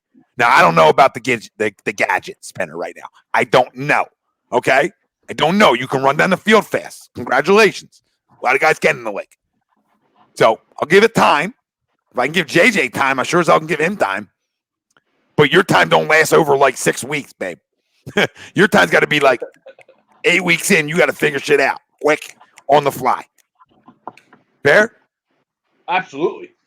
You just said no. Who said they got to go? I just saw somebody. Gavin. Yeah, Got to go. Later, Gav. Later, Gav. Hey, Gav. Thanks, brother. Thanks for jumping in, brother. Who's Bill talking about? DG? Dallas Goedert. Oh, okay. Yeah, I didn't see the tight end part right there. Dallas Goedert is going to be elite in this league. Don't block, but goes through everyone and shows he has his shit. Yeah. I mean, yards after a catch isn't an issue. No, sir. No Not way. an issue at all. Russ Williams says, I wanted Jeudy more than Lamb. Dude's going to be a stud for years to come. His routes are crisp. Absolutely. Absolutely. Brian says, Jerry has the best feet I've ever seen. Jay says, Rieger is already better, or Reger, however the frick you say his last name. I don't even care. But is already better than JJ. Yeah, I mean, one catch is better than JJ. So, yeah. Not a high ceiling, but you're right. At least we saw him on the field. At least he showed a pulse. You're right. Tori, read this one for us. You read this one for us from our brother. I love him, and I want you to read this one for us. Let's switch up the read. Why? Because I just want to switch it up. I Love want your Miles, thoughts but on it. he's a I want your baby. thoughts on it originally. I'm trying to talk you out of I'm it. talking about it. I'm just like, She says why. Guy just puts one on a tee for you. Put one on a tee. love Miles, but he's a baby and his legs are already always hampered. I would have shipped his ass for D-Hop and drafted a back Howie. Howie doesn't love Wentz. True. Agreed. I don't know if I would have shipped Miles in the deal for D-Hop, but No. you probably But could I agree, talk Howie me into doesn't it. love Wentz. Oh, I agree on all of it. Not that maybe he's like banged up or he's going to have, I won't go as far as that, but I'll go as far as if I have an opportunity to trade Miles Sanders for DeAndre Hopkins. Like, I'm sorry. Well, that would have been straight up, the yes. best player at his position. Arguably the best player at his position. I'm almost a fool not to. You know what I mean? Especially with how that's we no disrespect to Miles. Sorry, that's no disrespect to Miles. Understand this when I say this. Zero disrespect to Miles. I love Miles. Miles is a playmaker. I think he's going to have a great career. But I've had the opportunity to get a top 3 wide receiver, if not arguably the best at his position. I almost got to take that. Especially given how we draft wide receivers. Yep. Frank, would you make that deal? No. I would. I would. I love Miles, but I mean, it's freaking DeAndre Hopkins. Mm. It's DeAndre Hopkins. Yeah, he had, 14 catches on 16 targets? Against the 49ers. How did the Texans get rid of him? I don't understand what they were thinking. Because Bill O'Brien is a dunce. And then you saw them play and they needed a wide receiver. Yeah. Yep. There you go. Yeah, Bill Nelson did get in the end zone, figured, right? Yeah. Yeah. Caught that one. You love to see other systems fail, though, when we have like so much on our plate and I'm in this dark place, you love to see all these other teams fail. Absolutely. You see, what I don't understand, Tori, is I was in a dark place right after the game, right? And I was in a dark place till probably about 11:30. And another loss doesn't make it better for me. But when everybody else, like that's 0-1, I was a little better, right? Then Monday night came. Well, yeah. And the Cowboys losing definitely made it better, too. Right? But then Monday came. Then you got the New York Giants playing. You don't know what they're going to be like. A new season, you never know, right? There's talent there, especially on the offense side of the football, right? And then their performance. And now they're 0-1. And the only team ahead of me is a team I know I'm better than. I know if I have my players, I am better than you. Not, you know what I mean? That's not an excuse. We should have won that football game. Okay? There's no excuse for losing that football game. Let me make that clear again. But I know I'm a better football team than them. Did you watch the game a second time or just that once? Yeah, I don't do seconds. Yeah. I think that might have contributed to my dark place. I watched it a second time. Why would you do that to yourself? I did it over a couple days. Go back and watch. There's certain games I don't do. I did it over a couple days, but yeah, I definitely watched it twice. So no, see, Tori, Tom was in a bad spot until he had that Dunkin' Donuts frozen chocolate. Then he was good. I didn't have one Sunday though. There was no. I mean, I may have had one Monday, but that was before the Giants. Sunday, I'm still in shock though. Like I don't fully feel the pain on Sunday. But you know why I feel better on Sunday? And you're right. I was in shock. I sat there, and Lennon's like, "What's wrong with you?" I said, "I don't know what the hell happened here. This happened so quick. I don't know what happened." So, what was the moment? And I want to poll everybody in the room and the fam at home. Yeah, please. What was the moment you realize, we're in trouble? Honestly, because it's easy to look back now that we know the result, but like the second it hit you, be like, we might be in some trouble. Frank, start us off on this one. First interception. Hands down. So before the half? Before the half. Wow. Oh, Carson went to go for the jugular. He wanted to make the big play. And this is something that Carson likes to do. He wants to make the big play. And, I love Carson, but this is one of his biggest flaws that I've seen. He wants to make the big play, but, without that O-line, it really showed that this would be a huge flaw for him. So the first interception, I'm like, oh no, this could go south quickly. And that first interception. Yeah, mine was 7. Sorry, Tori, real quick. Mine was 17-17. I got to go to the bathroom. So mine was 17-17. When it became a tie football game, I got nervous. 17-14. After that pick, I still wasn't there. I was like, all right, we got a dogfight. Wow. Still believe we're going to win, though. You understand? Like, still believe we're going to make another play. We are going to win, right? But it didn't really like make me feel like, oh shit, we're going to lose this game. It hit me when it was a tie game. When 17-17 hit, I was like, we're gonna lose this game. Watch, right? 17-14. I wasn't there yet because we still had the lead, right? And we were just a drive away from like feeling comfortable again, right? We're a drive away from feeling comfortable again. So I wasn't like, I was feeling a little nervous 17-14, but it really didn't like make me think, oh my God, we're going to lose this game till it was time. Greg? What's that? You don't even know what's going on, right? Tori, go ahead. Greg's back from the ladder. It was definitely at some point in the second half where I was out on it, but from the jump, I feel like maybe the second or third sack is when I was definitely starting to feel like the panic of worry already. The whole like, oh my God, we're gonna lose wasn't until the second half, but I was definitely worried after I saw the second and third sack. I was like, all right, this is gonna be the whole game, and that was in like the first quarter, I want to say. So, Greg, what was the moment where you first felt like we were in trouble, the Eagles, on Sunday? The moment they announced Lane Johnson was out of the game. I knew that was going to be your answer. I knew it. I knew it. Because I immediately bet the Redskins or the Washington football team. But in the actual game, there's a combo of. Hold on, I didn't go. I didn't leave yet here. What? Oh my God, I can't. You what? You what? Hold on. I bet the Redskins. You did it. You what? You bet the Redskins? The frick are you doing? Yeah, it's an easy bet.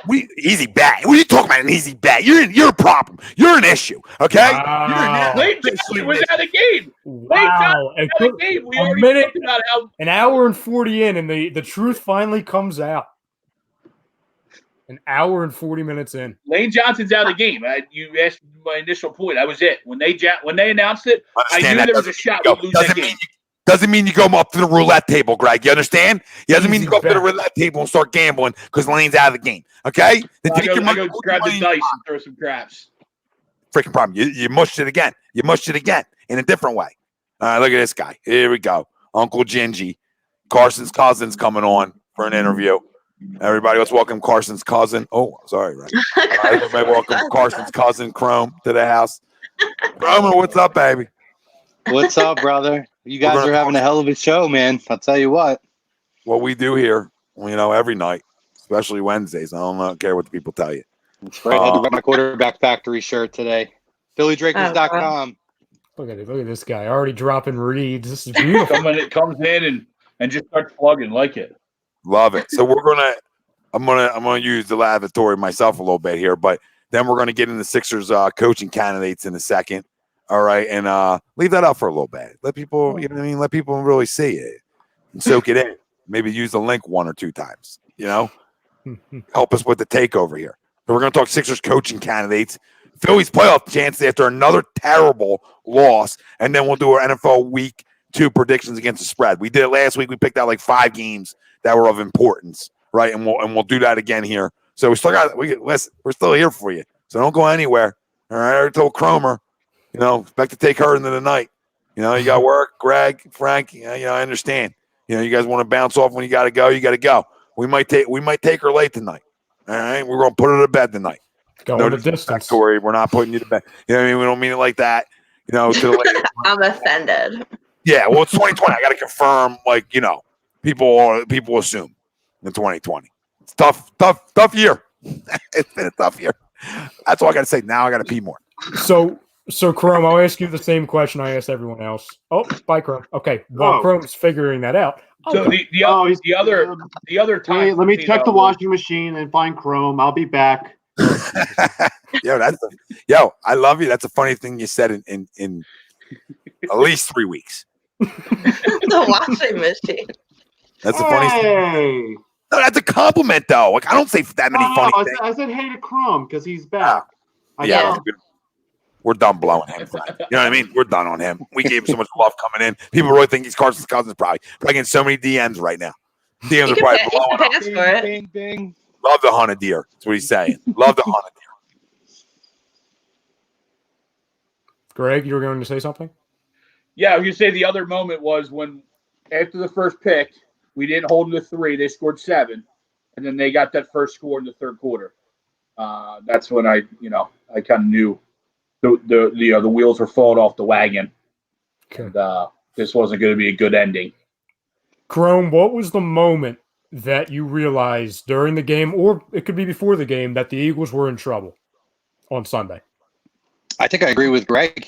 I thought really quick that the shift started big time in the second half. And as soon as they started putting points up on the board and we looked totally lost offensively, I felt like it was coming. I felt like the Jake Elliott missed kick was going to be a bigger factor. Now, in the final score, it wasn't. But that was one of those oh, God, I really hope this is not going to be one of those games. And I felt like the tide really shifted as soon as they scored in that early on in the third quarter. So to answer my own question, the moment where I went from being slightly concerned without Lane, that was before, when I saw that, I'm like, okay, this is really going to be kind of a close, stereotypical Eagles game. The moment where I was like, okay, we're in trouble here, wasn't even a play. It was a phrase. I believe who was doing the sidelines? Was it Pam? Was it Pam Oliver? Yes. Yeah. Yeah. It was coming out of the half when Pam said the phrase, "No second half adjustments," from Doug Pederson. Listen, like we said before, I understand this is a team that no one really respected. We knew that they had a lot of potential on defense. They didn't show much of life until, like we talked about, the very closing moments of that first half. I don't care who you're playing. I don't care how many points you're up. You can be up by 30 freaking points. But to have the freaking audacity to say no adjustments needed? Huh? What are you talking about? Especially after right before the half when you could have easily iced the half and gone into it. And I don't think I'm doing like 20/20 hindsight, because in the moment when they were throwing the ball, I'm like, oh, we're really trying to like rub this in right now. You just had a freaking interception that resulted into a touchdown that completely shifted momentum. But there's no second half adjustments? What are you talking?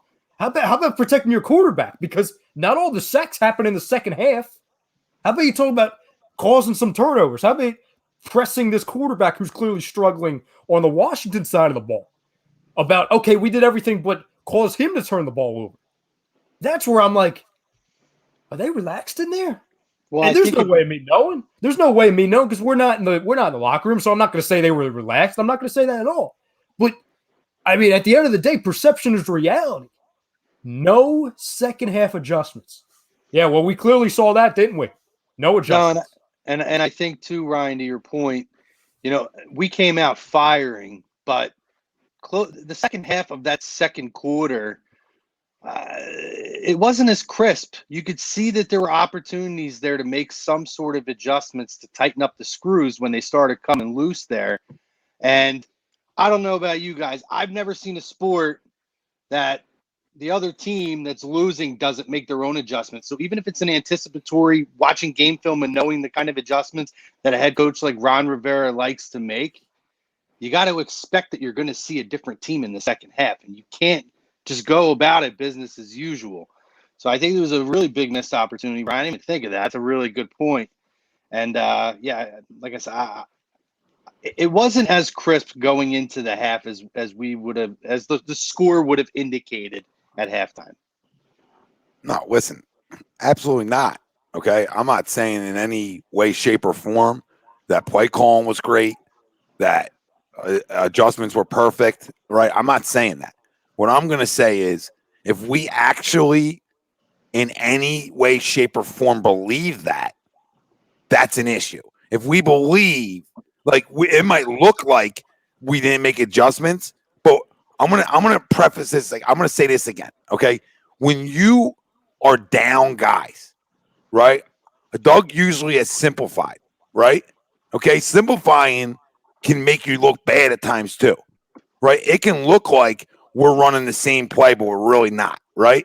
Okay, it can look like that. It can look like guys aren't open when maybe guys are, right? Do I agree that we should have ran the football a little bit more? Sure, but the problem with that is, how much do you trust the offensive line to run the football and the running backs too? So it becomes a personnel issue, which is higher than him, right?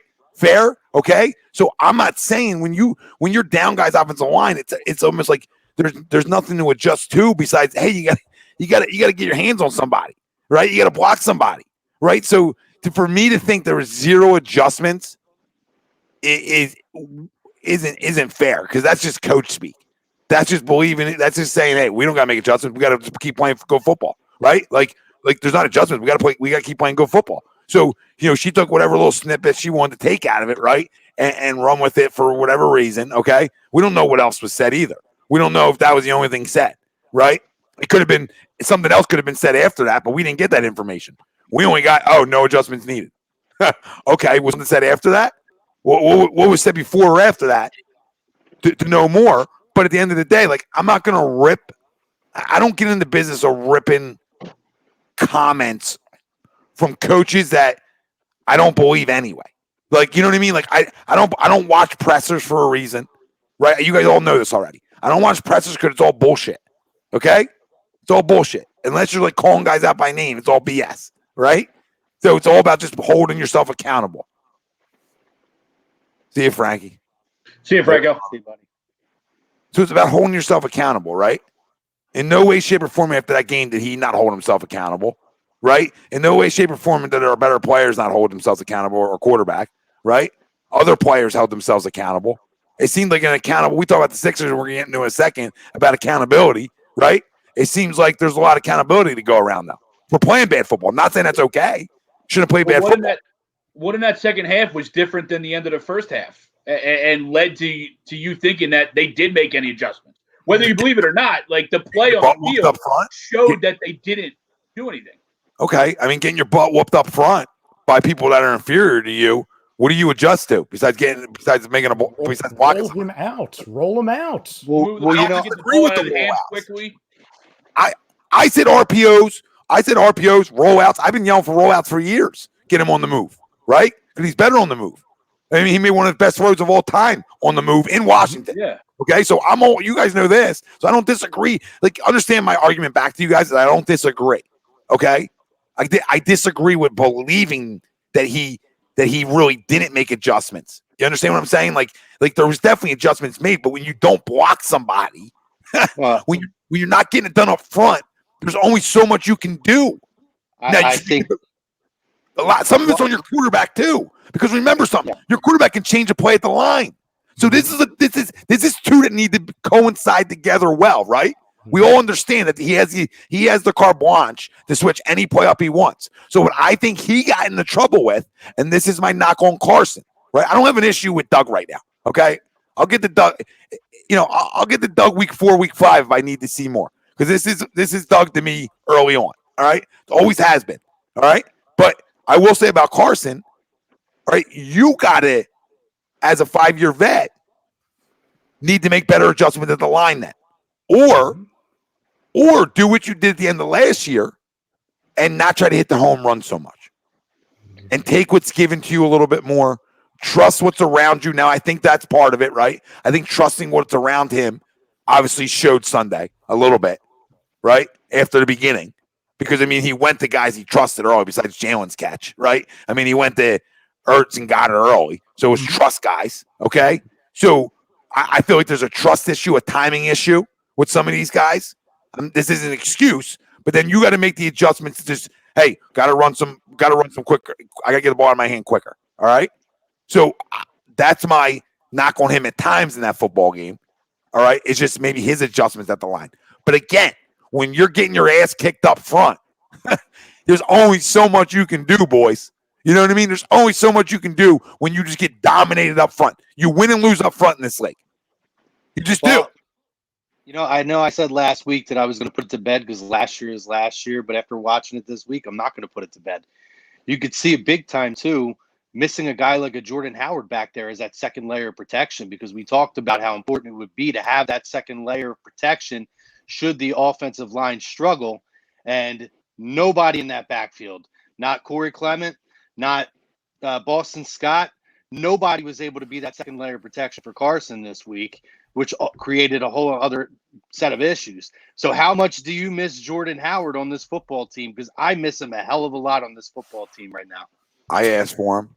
I missed him before week 1 even started. I've been beating the drum. I wanted them to re-sign him and extend him last year, and I am sickened by the fact that he's not. I mean, like him in Miami, but I want him on this football team. He's needed here.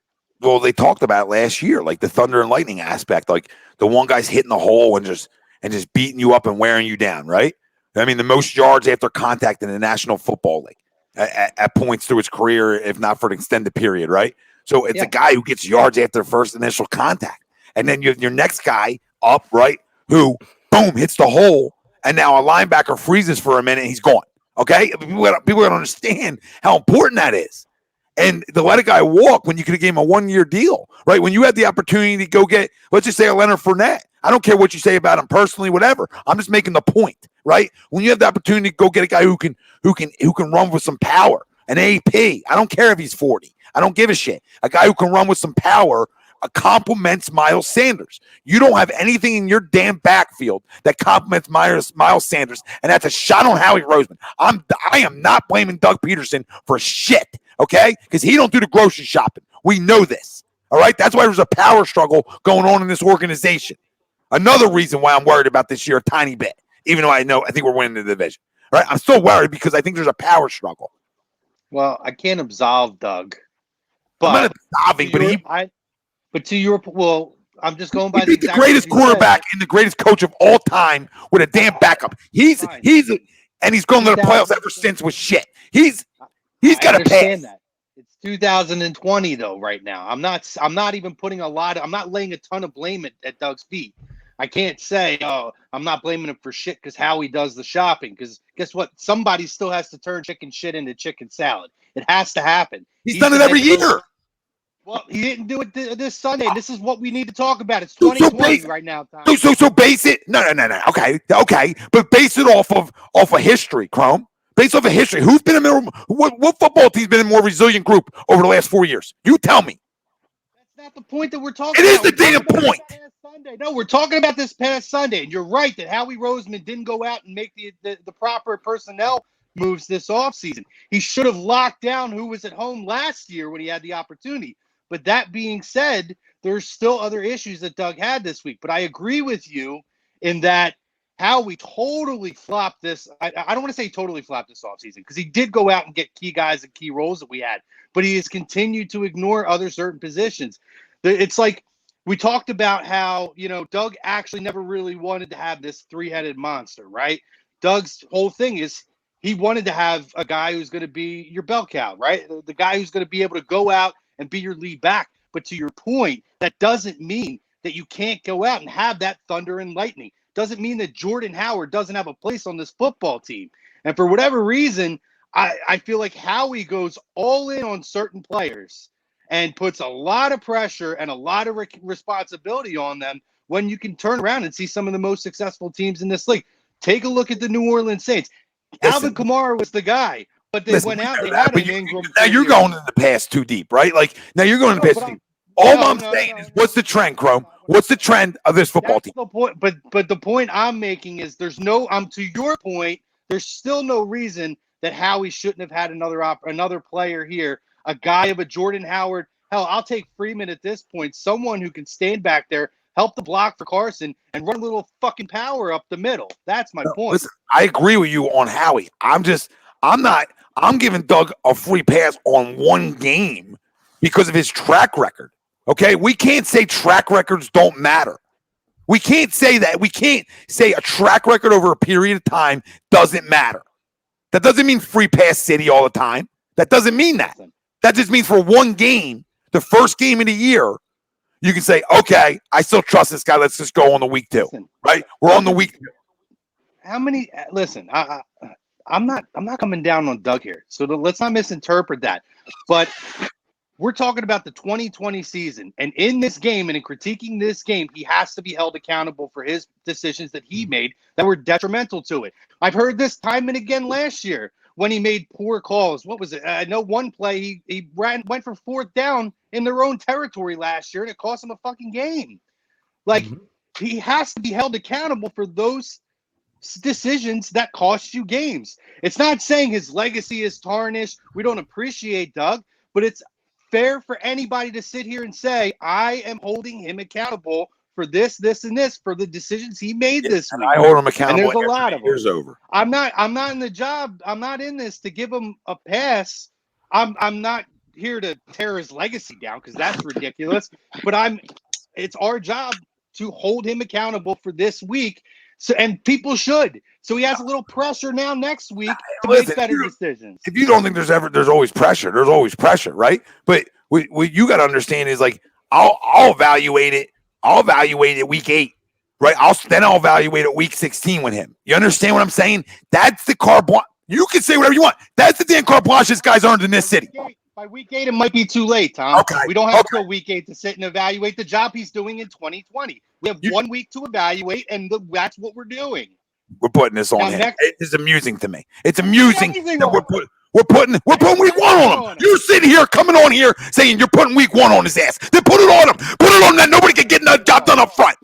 Now you're putting words in my mouth. It's not you what just I said. You said it. Oh, Cromer, roll the tape, baby. You came on and blamed him for week 1. You said he can't. It out. Absolutely not. I sat here. You were in text messaging conversations where I said, and I will hold Carson accountable. How many times did Carson hold on to a football he should have gotten rid of? You said 3 times, might have been 4, but 3 times is too many. Elite quarterbacks don't hold footballs and take sacks when they have no business doing that. He did it a lot. He did it time and again in this game.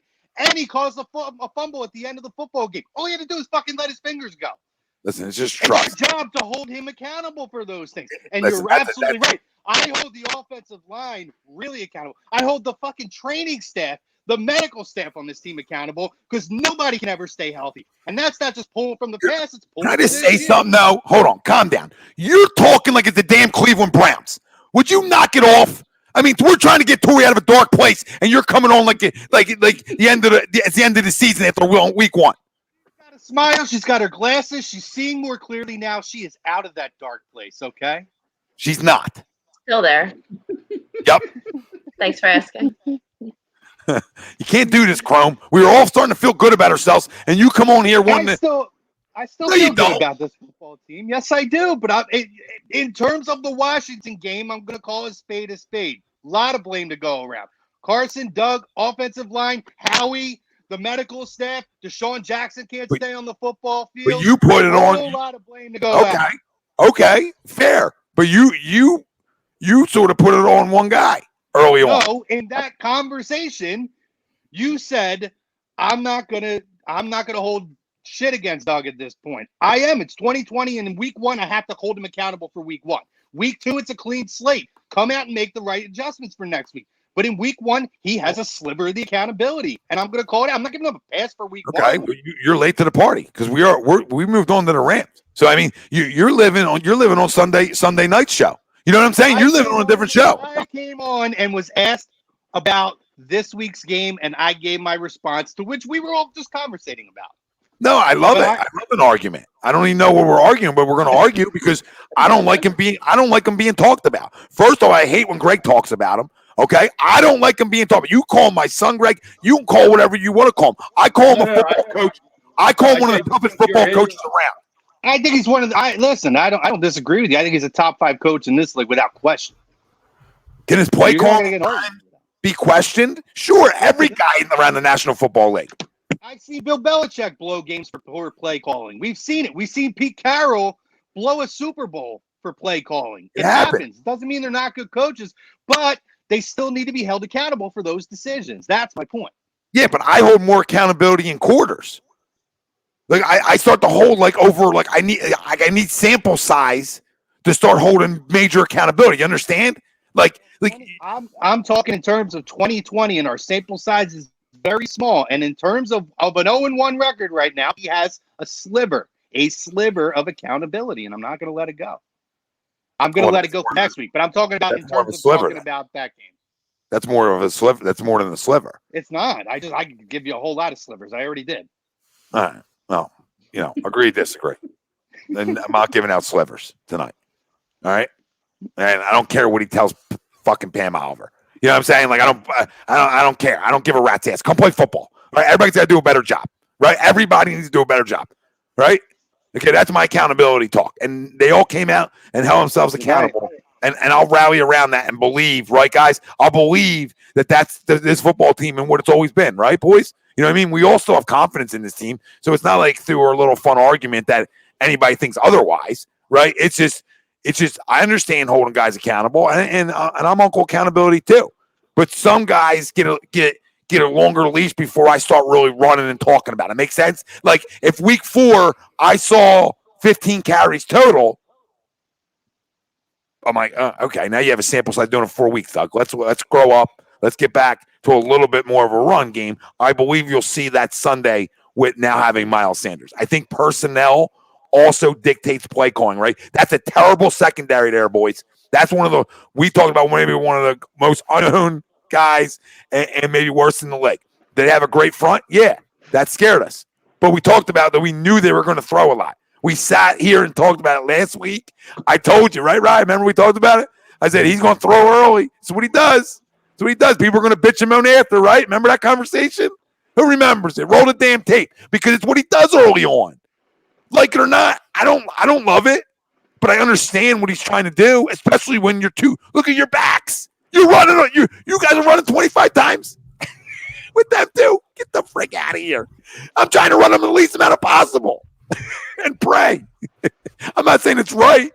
But when it doesn't work, you get criticized. You know what I mean? That's that game, right? You know what I mean?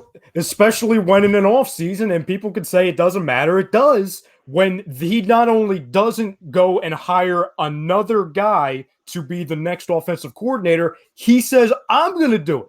So then he's now taking the role and the quote-unquote blame of now the offensive coordinator. He did it anyway.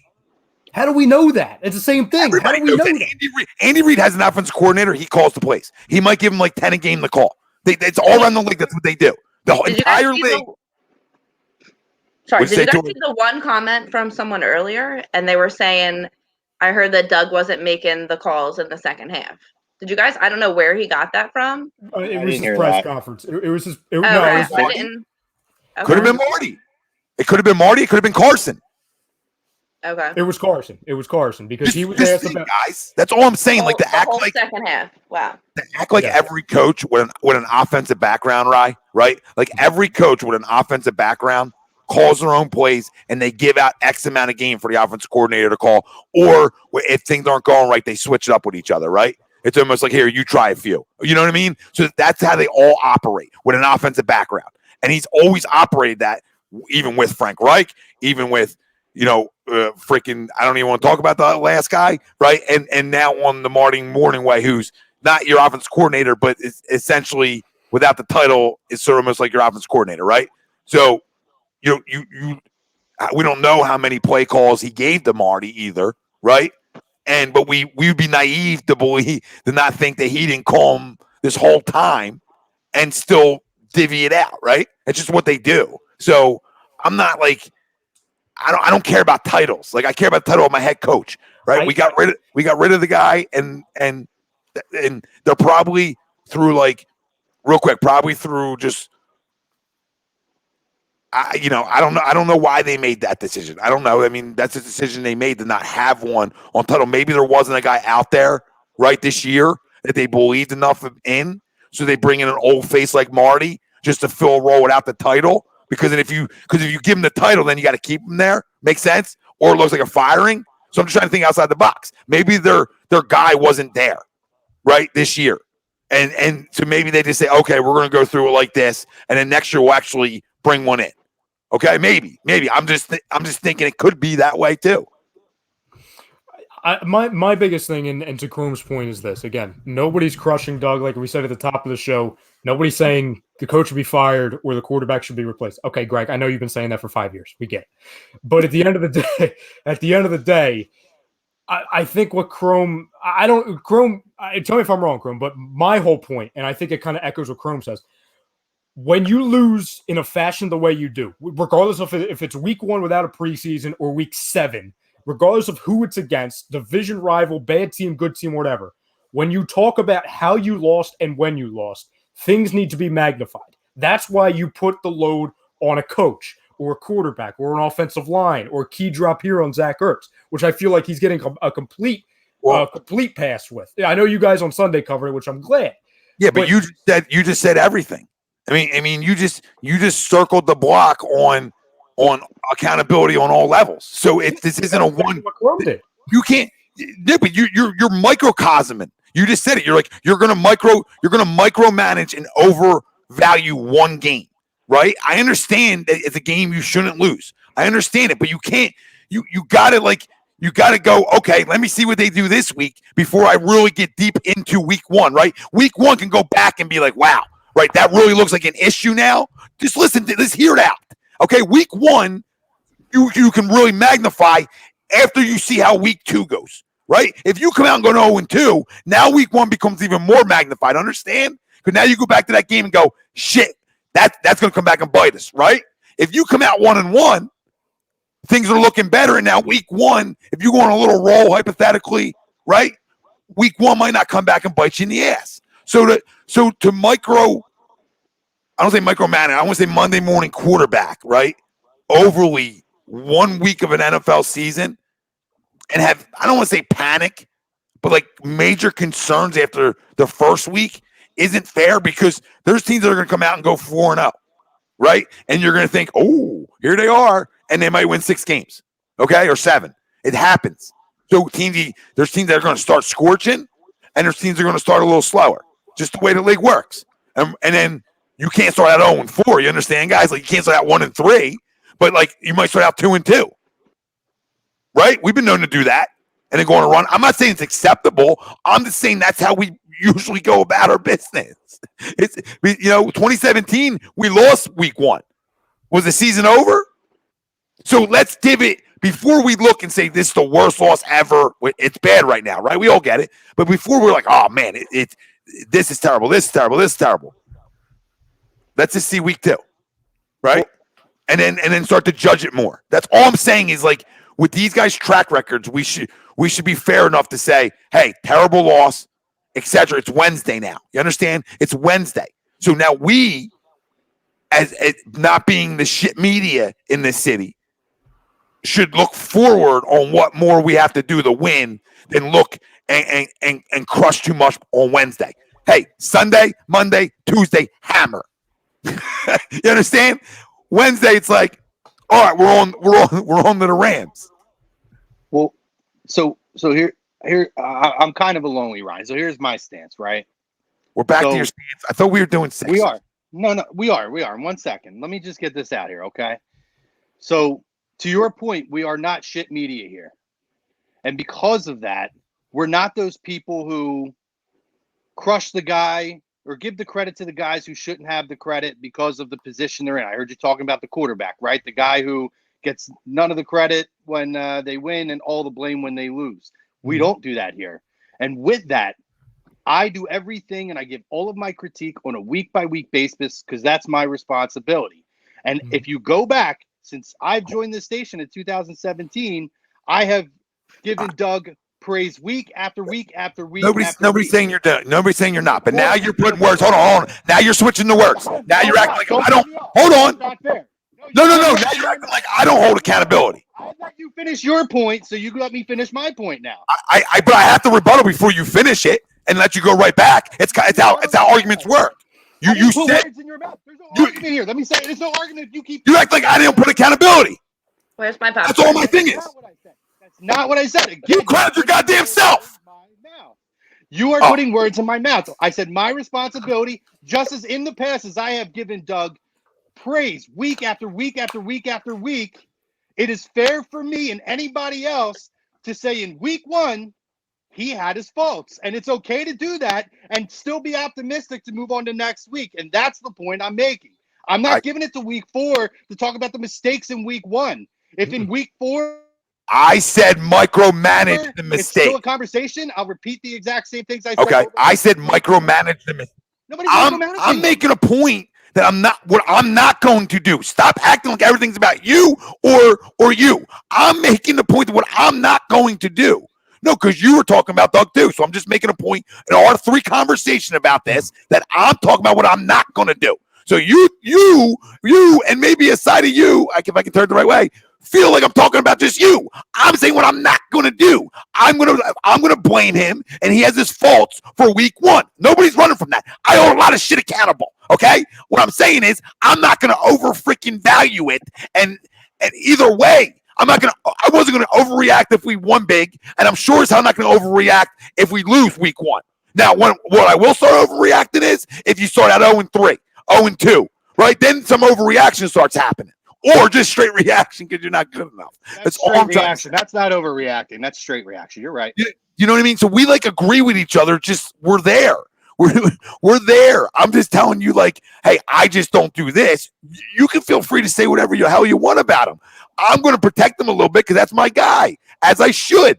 And I'm not saying you guys are saying anything wrong. I'm just not going to buy into Pam Oliver, and I'm not going to think he didn't make any adjustments. I'm just going to say they played terrible. I thought there was some bad play calling, right? I didn't think they came out ready to go, right? So the circle goes all around like we all talked about. So we all agree. I'm just on to the Rams. And we need a win. Because we spent an hour we spent at least 45 minutes of our conversation talking about the bad loss, right, boys? It's not, and Tori, right? It's not like we didn't address it. It's not like we just skipped over, yeah, that was a great, it doesn't matter at all. It still matters, a bad loss. But you gotta be by Wednesday, you gotta be ready to go beat the Rams and find out what kind of football team you have in 2020. And see what kind of resiliency they have this week. Well, we'll move on to the Rams. I'll be over it on Sunday morning. Oh, so I'll Just put to it go to you. back, just to go back into her deep dive dark circle because she's got another loss. I'll put it to you this way, Tom, about my overreacting to it. I will answer the poll question since I was on. I still agree with the poll question. I agree that, the poll question was what? Are my chances less? No, basically, you record. still have them at the same record. I still have them at the same record. I think I made the point. I don't know if you saw the comment or so I'll say it again. We lost a game we shouldn't have, but every season you win games that you don't expect to. I still expect this team to win 10 football games this year. So am I panicking after week 1? Absolutely not. I agree with you. Move on. I don't expect the things with Doug that I will say. Doug does usually make really great adjustments. He doesn't coach the same way, especially on a bad week and back-to-back weeks. I expect Doug to come back next week against a tough Rams team and absolutely have a better game plan in place with the right personnel in place for the most part that we believe. And I expect a way better performance. I don't expect it to be a trend whatsoever. So my confidence is still high. I'm not going to panic over it. I don't think I might have missed it, but did we get your prediction for this week, Chrome? We don't care. I'm going to give mine tomorrow on Birds of a Feather. That's why I didn't give mine. Oh, Yeah, damn. we Okay. Yeah, Tori, I'll we're tell you gonna- what. I do predict the Eagles will win this week, but I'm going to give scores and stuff tomorrow. Okay. there you go, I thought Tori. so. Okay. That's what we call it, a little teaser action. Listen, Well Bill, I'm going to say it a million times. You've been listening for a long time, and I still don't understand how you don't get it, right? When I talk sports, I get excited. If you want to talk about me yelling over somebody or just being passionate what the hell I'm talking about, you can take it any way you want to, okay? I don't care if I'm freaking wrong. I love it. But I try to stand to my shit, okay? I try to stand to it, all right? There's been guys on these airways in the past that have flip-flopped like a son of a bitch. I try to avoid the flip-flop shit as much as I can. It's sometimes hard when you love guys, right? It's or whatever, but I try to, like, I hold guys accountable, but, like, I'll start panicking when it's time to panic. You know what I mean? But I give it that time. I've learned that over my course here of just giving shit time. But I don't know, like, okay, because I get loud when I talk sports, Bill. I've been talking sports since I've been like 5 years old when my mom gave me Jet socks by accident, and I tossed them across the room and said, Jet suck. So it's in my blood. It's in my DNA, Bill. Okay? You get excited about sports. This is why I started this shit. This is why everybody on this shit is here, because they're excited about sports. Some of us are going to have different personalities. I'm high energy, Bill. I control what I goddamn control, and I'm going to come compete. So if I disagree with you, that's what makes it fun. If we sat here in silence and there was nobody raising their damn voice, it'd get boring as shit. All right? We can just sit here and be like, yeah, I agree, Crum. Well, if we agree with everything, there's no conversation. There's no conversation to have. We're going to agree on everything. So I love it. I love it, Dad. I love yelling with you every now and then. I love you came in hot. I appreciate you. You just rose my energy up. So, Bill, shut the hell up. When Chrome rose his energy, my energy got up. Okay? And me and Rye, I was expecting to go at Rye tonight. We just didn't do it because he totally, like, he gave me a little curveball. Like on the phone. I don't know where the curveball is. I don't know where the curveball. I thought you were out. I thought you were at. The conversation sounded out. No. So you played me a little bit. That's all. You sounded down and out. I'm like other guys. I'm gonna wait until week 8. It's cool. I'm just gonna wait until week 8. I didn't say I'm waiting to week 8. I'm saying to crucify Doug Pederson. I'm not gonna do it after 1 week. Crucify. Week 8. No, you crucify. Then you crucify if you're out of it. If you're playing terrible football, then it's crucify city. But I'll crucify him after I said quarters. Right? I've always said quarters and fours. Right? So if you go 1-3, there's going to be a lot to be said about him. Right? You're going to be at week 4 before you know it. I hear you. I hear that. Yeah. I'm just saying I'm not going to hammer on Wednesday. Right? I hammered on Sunday. I said what I had to say. So I'm not going to continue to hold him accountable over something I already held him accountable for. We got to go beat the Rams. That's all my point. I think you guys are missing it. Still missing it. Right? I'm on to the damn Rams. That's what Belichick would say. I don't know what you guys are doing. We still circling back. 2 hours and 18 minutes, we're still going back. I mean, I know this is what we do in this city, and we love it, and it's fun. And I'm not saying he doesn't deserve some blame. Sorry. He deserves blame. Everybody does. All right? I'm just not going to hammer him. Is that fair? Yeah. I'll tell you what, at this point, I think somebody needs to get Tori a journal, write down your deep thoughts so you can get all this off your chest and have something to, like, decompress a little bit. I write poetry, so I'm going to need to write a poem about it. Oh, all right. Well, write one for us to read next week on there.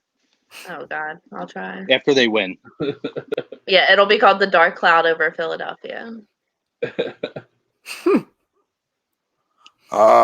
Listen, if we lose, as I already said, I start walking to the cliff. Look, I start putting one foot after the other. I'm not on the cliff yet because I've seen teams start 0-2 and go on runs. You know what I mean? So I'm not jumping yet.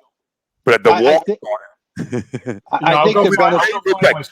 0-3, I'm on the cliff, right? And then you go, especially the Bengals too. 0-3, especially 0-3 Bengals. Yeah, I'm getting the snorkel. You know what I'm saying?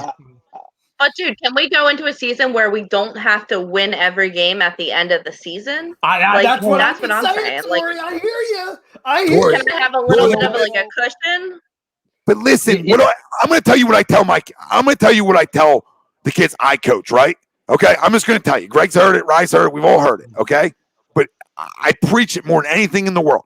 Okay, one, it's going to be our response to stuff, right? Which is football teams always done well. All right. Okay. And it's always going to be the mantra. Doesn't say you want to cough games up early, but like when we go into a tournament, it's not how you start it. It's how are we going to finish it? Right. How are we going to finish it when it's time to go home, elimination stuff? Right. How are we going to play when our backs are against the wall? All right. That's all coach speak. Okay. For some reason, this team's brought into the mantra, maybe starting a little slow and then figuring it out. And I think part of it has to do with what he claimed to say to Pam Oliver, which is why I laugh at it, is he makes big-time adjustments as a coach, and the coaching staff does throughout the year, too. They've been known to do that extremely well. And we cannot say that isn't true. We can, so it doesn't mean there isn't flaws at times. You know what I mean? Well, we'd like it to be all easy peasy. This is Philly. Shit, I like the Rocky Balboa attitude that we're gonna get knocked around early, but when it's money time, we're going to come to play.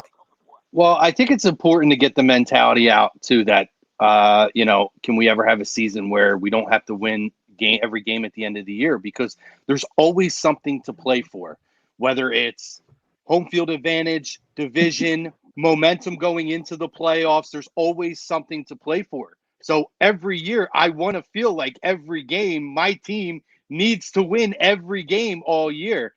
So I kind of I don't like that idea of do we ever have a year where we don't have to think.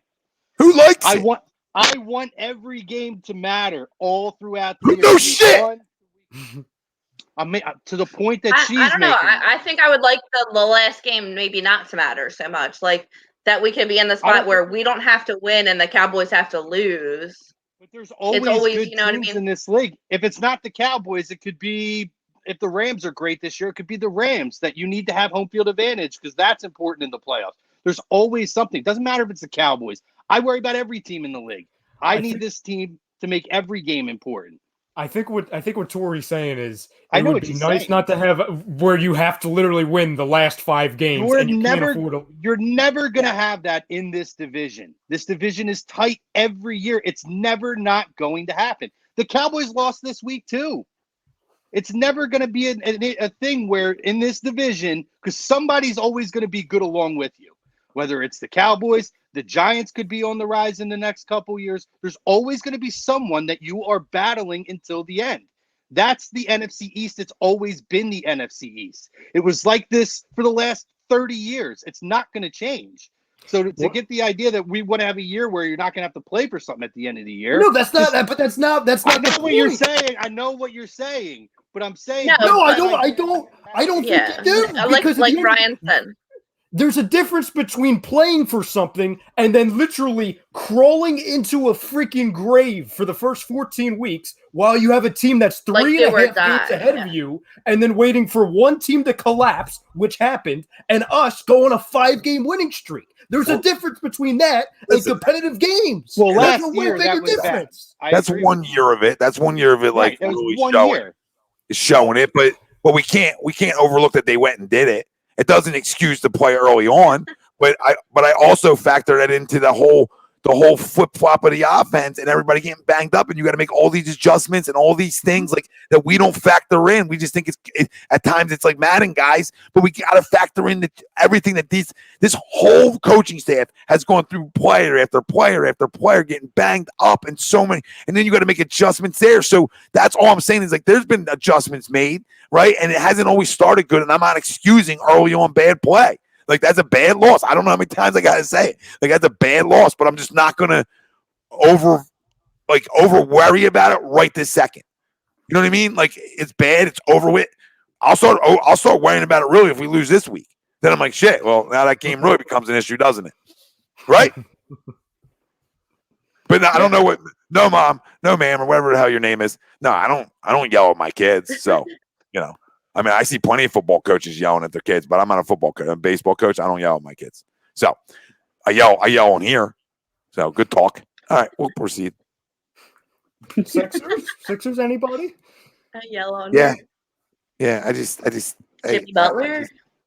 I just don't like people sometimes. You know what I mean? I don't like people. You need a perception. I agree with that. Can't have energy.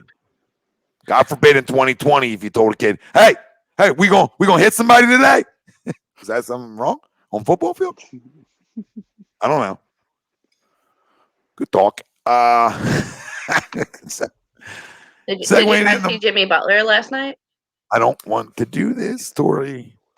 Here we go back to the dark place. Going back to the dark places. No, you're living in dark places right now. And you're dragging me in. You're dragging all of us in.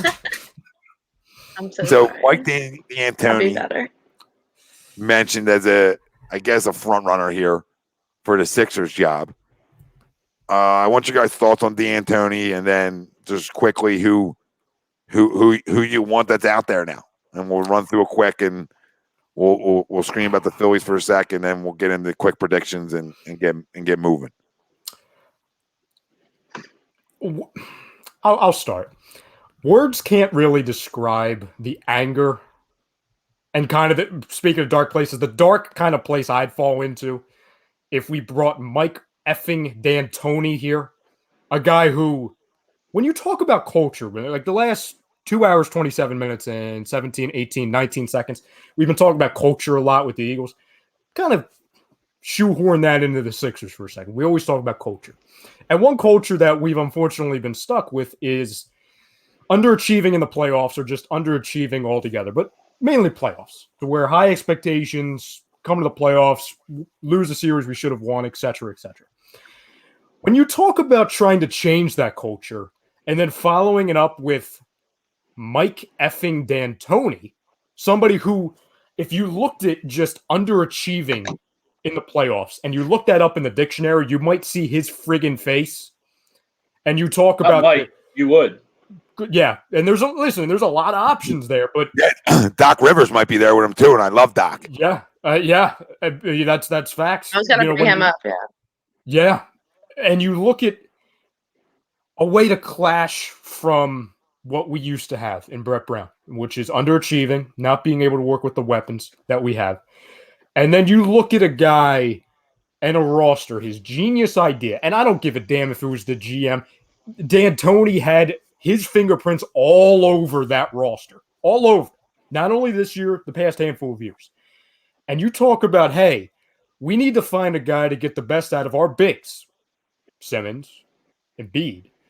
And then we hear, hey, we're looking into a guy, maybe he might be the leading front runner, coming from a team and an organization who had the bright idea to just delete any player that's taller than 6'5", 6'6". What part of this makes sense? And this might be the one guy. Well, I think that's why he wanted out of Houston, because I don't think he agrees with Daryl Morey, right? I think that loss exposed not having a big man to be able to handle Anthony Davis, right? So I think he wanted out of Houston. Now, I'm not saying he's a good hire. I'm just saying, I think he wanted out of Houston because he don't buy into that part. He buys into up tempo and all them things, but he's always had a big man until they pulled one from him. So, that's all my thing is with D'Antoni. I actually like that he wanted out. You know what I mean? I'll get into mine last, but I almost like that he wanted away from Crumb City, James Harden, and Daryl Morey, Uncle Analytics. Like I'm almost happy he wanted out. Not saying I want him. I'm just almost happy for him. Like, good, get away from them pieces of shit. That's a good point. And this is one of those things where we really don't know. You know, we're not him, so we really don't know. Part of me, what if on the flip side he resigned because he knew he was getting fired? You know what I'm saying? It was one of those deals. You know what I'm saying? That too. Yeah. I thought that too. But to where like, oh no, you didn't fire me, I fired you, type of a thing. You know what I mean? Could have been, or he could have wanted this job. As soon as he did it, I said, he wants this job. I know what job he wanted. Why would you not? And they've been trying to get him for years. They've been trying to Well, they had him here. He was assistant under Brett Brown, under Colangelo. Right. He was here. One of Colangelo's first hires. Yeah. So right. I mean, I agree with you. I'm just saying, like that's the only thing that like excited me about him is like, oh, you wanted away from Harden? I like you. Well, I like you a little bit. But I don't just flats out scores though. Like, oh, then he's gonna be afraid of scores. Like, I hate Harden. I can't stand him. I hate him. Like, so I don't know much about coaching prospects, but all I've heard about him is he's offense minded. Is that not what we need? I don't know what we just to be like what's the word? I think we need the guy to like hold guys accountable and get the most out of them. I don't think like the system necessarily. Definitely that, and that's why I want a player too. Yeah, I feel like they've heard his voice before here too. You know, like a lot of the same players. I'll tell you what we need, and it's a word. It's efficiency. The only thing I'm saying is just we need an offensive player or a coach. He will probably get his offensive players and do that a good job of that. I'll give him credit to that. Like, I think he would, he would shape it up. To shoot. Like, he likes shooters. Yeah, like I mean, get Ben to shoot. You can see like Bellinelli, and that's dude. If anyone can get Ben to shoot, they get the job. Like, what do you mean? Mm-hmm. True. I mean, he does have it's not like he has it's not like he has a bad track record toward either. Like, you know what I mean? Like, a lot of that's on James Harden stinking in big games all the time. Yeah. You know what I mean? Like, and just being too high volume of a shooter, right? I'm going full screen for this. I don't even know what that is. Is it an insect again?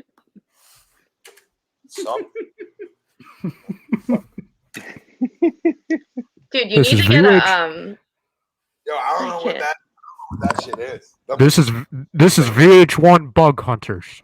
You need to get a sponsor from asbesticide or whatever. What's it called? I had like a sprayer, like a little pest control. Is that what you mean? Pest control. Yeah, we had Romeo Termite Pest Control. That's my guy. Whenever Rome wants to start giving A2D money, I'll give him more. I'll give him more plugs. He's a sponsor, your ass. Yeah, he does. There's so much. I got to get him back over here. I mean, we need a whole new spray down when here. Crickets attack. Don't start. Oh my god, you look so scared. Then I'm going to start hunting. If that is. All right. So, all right. Let me get a pick. Greg, to your point about Mike D'Antoni as well, you're absolutely right. Yes, I think the positive is that he will get Ben to shoot, but I agree with you that you will never see Joel on the block, and I think that that's a huge problem because you need Joel to be on the block for this team to spread the floor, and I think that that's a huge downside. For me personally, I've seen enough of these retread guys. He's been the head coach of 5 teams. And he has never been able to get over the top. He's had this up-tempo style. It sort of fits the NBA today, but he's a guy that just has never been able to get the big one done. And this is like the ultimate retread. He's been the head coach of 5 teams. He's been here before. A lot of the key players on this team at this point he's already had their ear at some point. I don't like the idea of it. I don't like the idea of anybody that's a Colangelo hire being welcomed back into the organization. I think that's the wrong message to send to a fan base at this point. I don't mind hiring a guy who's got a little bit of a track record. I'll tell you a name I really like out there is Billy Donovan. I'd love to see them give him a look. I think that, he's been a coach in this league and had some success, but he's a younger guy who doesn't have quite the track record in terms of the league, but I think he commands a lot of respect. I like him. And another guy, and I mentioned this before, I thought that he might be a guy who would be a Tyronn Lue assistant, but it sounds more and more like teams might actually look at him as a head coaching hire, and I would love it, is the Chauncey Billups. I think Chauncey Billups has a great creative mind.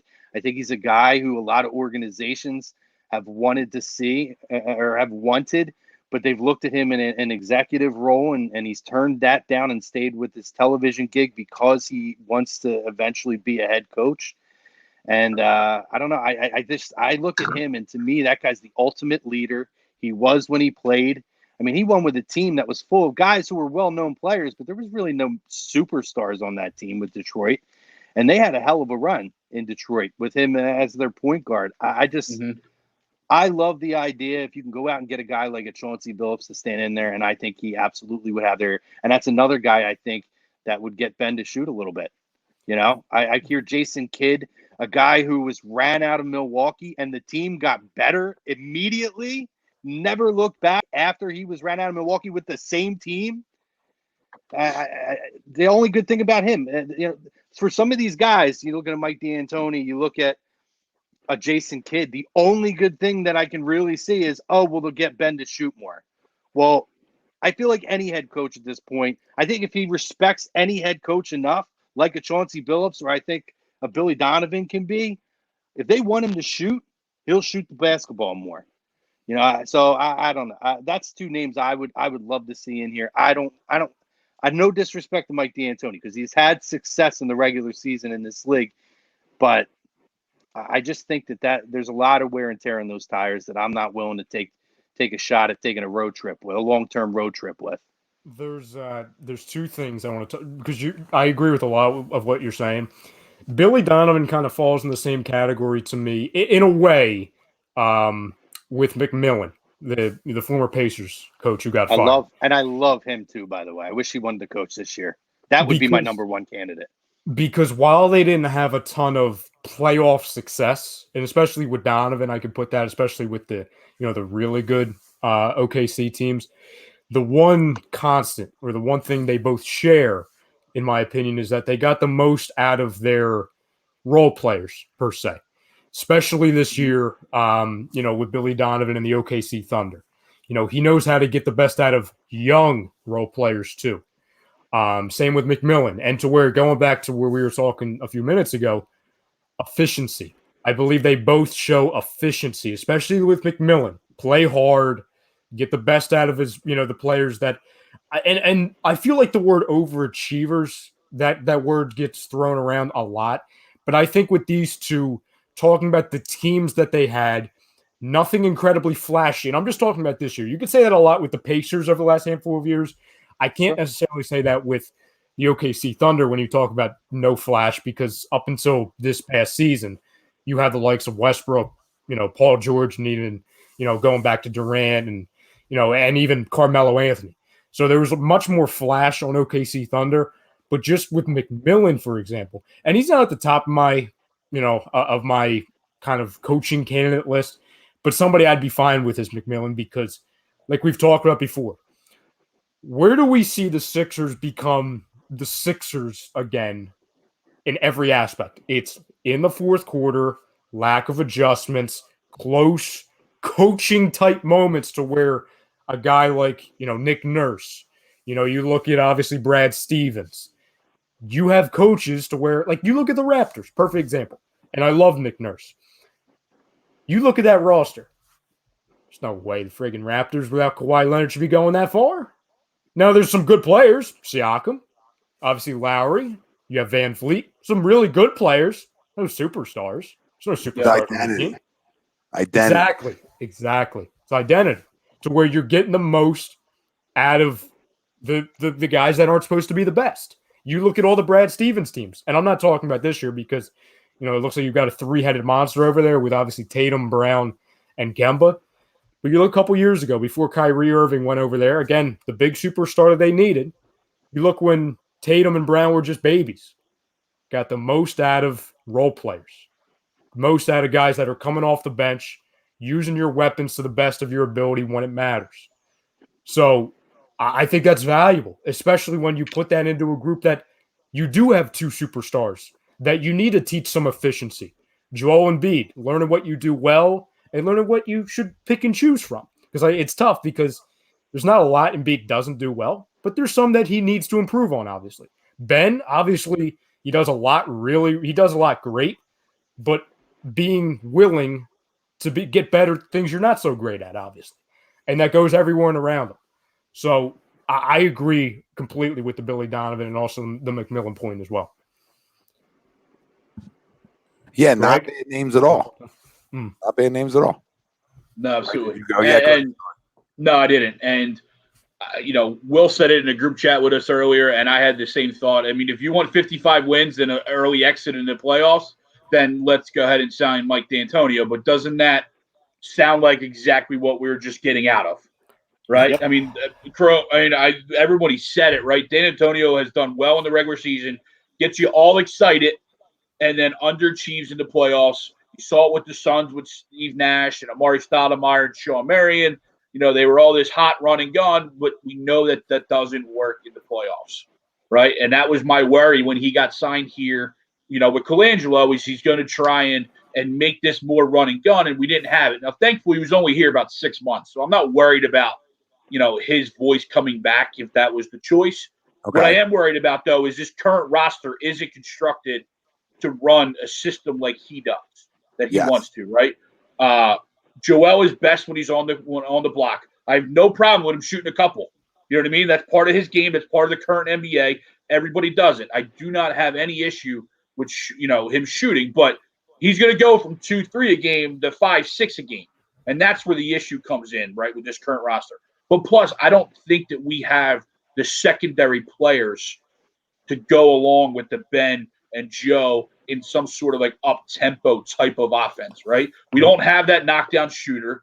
We don't have that free, that high-flying wing like, Nash had to throw up oops to Sean Marion all day. Marion, yep. Tobias isn't that guy. Matisse isn't that guy yet. You know what I mean? And we all like Matisse, but right now he's that defensive-minded guy. Point blank. We don't know a lot. You don't see Nash. I mean, I think Ben can do a little bit of what Nash does in terms of distributing the ball, but you also lose out on him being that high-flying wing that we really need him to be. And on top of that too, Greg, real quick, it's that, because you're spot on, we don't have the roster flexibility to go out and get those guys. Yep. Like low level, right? We talked about it that one night, right? It was like low level exceptions type moves. Like, now granted, they could be shooters and fine, but like you don't have the money to spend, and unless you make some trades and mix it up, which is going to be hard to do. You're in a little bit of a tough situation created by Elton Brand, and that's fine. You know what I mean? It is what it is, and you want to try to find the right guy. That's why we're having a conversation. To the fam out there, we want to try to find the right guy that fits what we want to do. So yeah, go ahead, Greg. No, I was just saying, and to that point, he might have actually been better for the early part of the process when we were trying to shuffle guys in and out, but we had the guys of like a Jerry or a Jeremy Grant on the wings. We had the guy who did well with Covington. You know what I'm saying? But you had those guys that did multiple things, weren't very good. Jeremy Grant looks like he can play a little bit, right? Pretty good, right? We traded him for freaking 31 games of Ersan Ilyasova. That was the trade. Yep. But those rosters at least offered that more athletic flexibility that we lack right now, right? I do like the Billy Donovan name. It was very intriguing when he came available. I think he's going to be one of those guys that comes into the league, has average success right away, but the next stop that he goes to is better. You know what I mean? Like a guy like Brad Stevens. I mean, like a Phillish, Brad Stevens came in right away and like fell into a great position, right? And was almost destined to succeed right away. But not everyone does that right out of college. We saw, Calipari come in here and flop, right? Petito flop. Not all these guys come in right away and succeed. A lot of where they succeed is they learn from that first spot and then they take it into that second spot. Billy Donovan won some big games in Florida. at the University of Florida. He coached well in the NBA. I think he'd be a great name. Nate McMillan is another one. I know it sounds like he doesn't want to be around this year, but I would throw whatever we needed to throw at him to get him. I really like Nate McMillan. Any of the ex-players I'm okay with. I would like to stay away from Lou. I just don't like him. But why? Can I ask why? Yeah, I just don't think he's a very good coach. I don't think he actually coaches per se. You know what I mean? And again, dealing with LeBron is a big part of what he had to deal with, and I'll give him that. You know what I mean? But I don't think when you have LeBron, it's kind of easy. You know what I mean? It's kind of, I didn't say it is, you know what I mean? It's kind of easy to just say, all right, let's build around him and put him in the best spot to succeed and then let him do what he does. You know what I mean? That's kind of like Phil and the triangle too, right? The triangle was centered around having Michael with the ball and then giving Michael options off of the ball to either get him. You just made the point though, right? Like the point of the whole conversation is like with the coach, right? The coach is great, like whoever it is, right? Like if it's the right guy, great, right? Awesome. But we just talked about back-ended on who it's really about though, right? It's about your stars. Oh, it absolutely is. Getting better, right? So it all dictates off of your stars. So that's why we're talking about accountability and development, right? To everybody listening. That's why we're looking for them things, because we need to get them to that level, right? That championship level that we expected here when you draft guys that early, right? And the biggest problem is what we can say about this organization is we gave up on a lot of young talent too early. Okay, like Nerlens Noel. Would you rather have Al Horford or Nerlens Noel? I mean, I know Nerlens isn't great, but I'll take Nerlens over him. At least there's a skill set right now that I can see.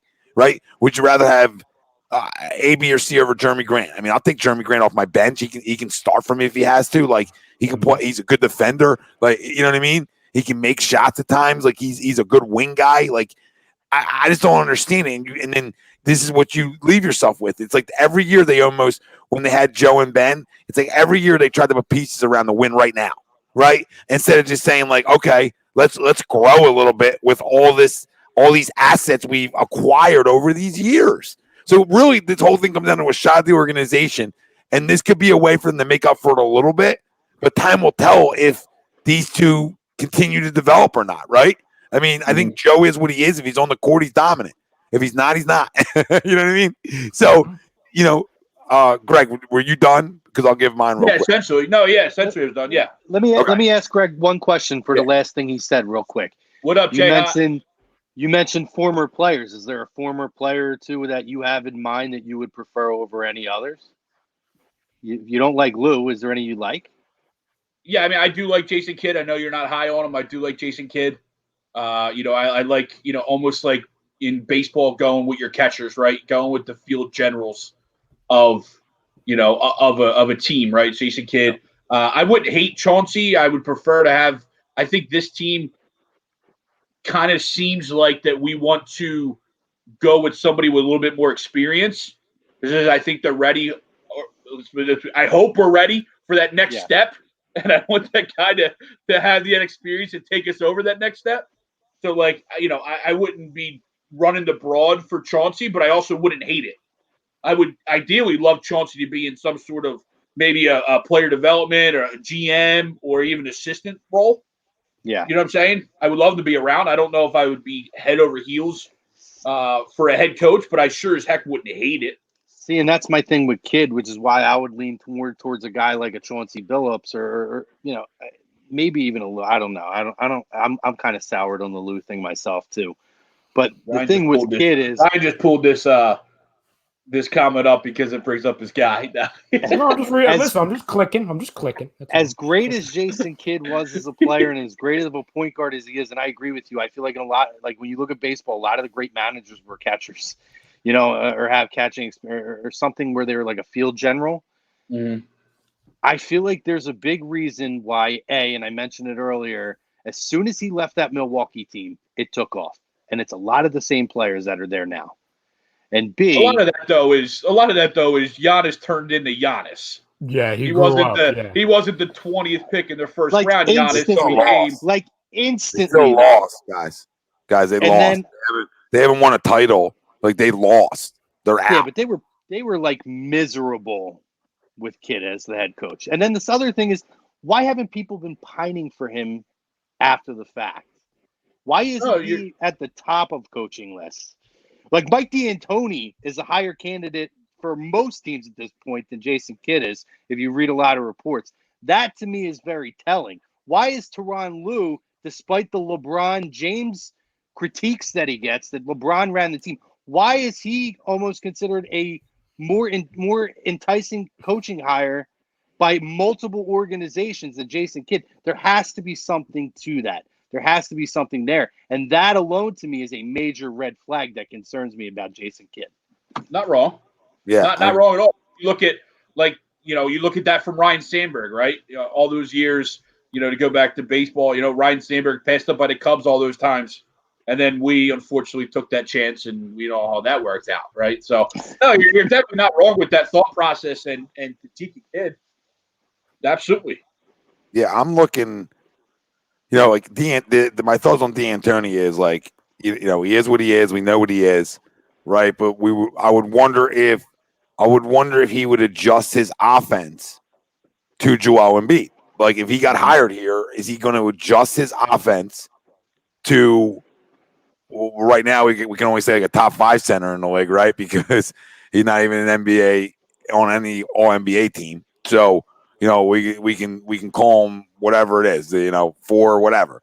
But you have a top center in the league, and are you willing to adjust to that? We talked about adjustments with Doug, etc. Like, are you willing to adjust to your players and their skill sets, or is it you have to adjust to my system? Right. And, See, that's and what I would. That's what I need to know. But I would, I would just need to know that. But I would lean towards like my guy. Like I said from the beginning, I would love Sam Cassell. Would love Sam Cassell. I like Sam. He's a winner, man. He won when he played. I know he's on the Clipper staff, and they lost last night. But I mean, I don't put that on him as an assistant coach. Essentially. But it's a name I've liked from day one. I just think he would do a hell of a job, and he's a winner. You know what I like about him too, Tom, and I think that you love about him? He was a shit talker when he was on the court. He was a guy that commanded respect, and he's a small guy, but he commanded respect. Didn't matter if you were 7'3" or 5'7". He treated everybody the same way, and he stepped on there, and he was a well-respected winner. And I think that I like his name a lot too. And I have no problem with Billy Donovan. You know what I mean? I have no issue with it. Like, if that was a legit candidate for the job and et cetera, I have no problem with it. I am leaning towards former player, but it doesn't mean a guy who can't hold guys accountable or doesn't have the ability to. It doesn't equal that. You know what I mean? I don't know if this team needs a guy with a bunch of rings to come in and say, yo, you want these? Right? You understand what I'm saying? Like, Sam Cassell comes in and goes, you want some? Got a few. Right? So I look for that. Jason Kidd hasn't won shit. I mean, I'm not like totally against Jason Kidd. I mean, it is what it is, but like, hasn't won shit, like, even as a player. So, I don't, it doesn't really do it for me. Chauncey's a winner. So in terms of that side, I like it, but I don't know his XO game. You know what I mean? Nate McMillan just tough as shit. So, I mean, I would love Nate, but I think my like top candidate would be Sammy.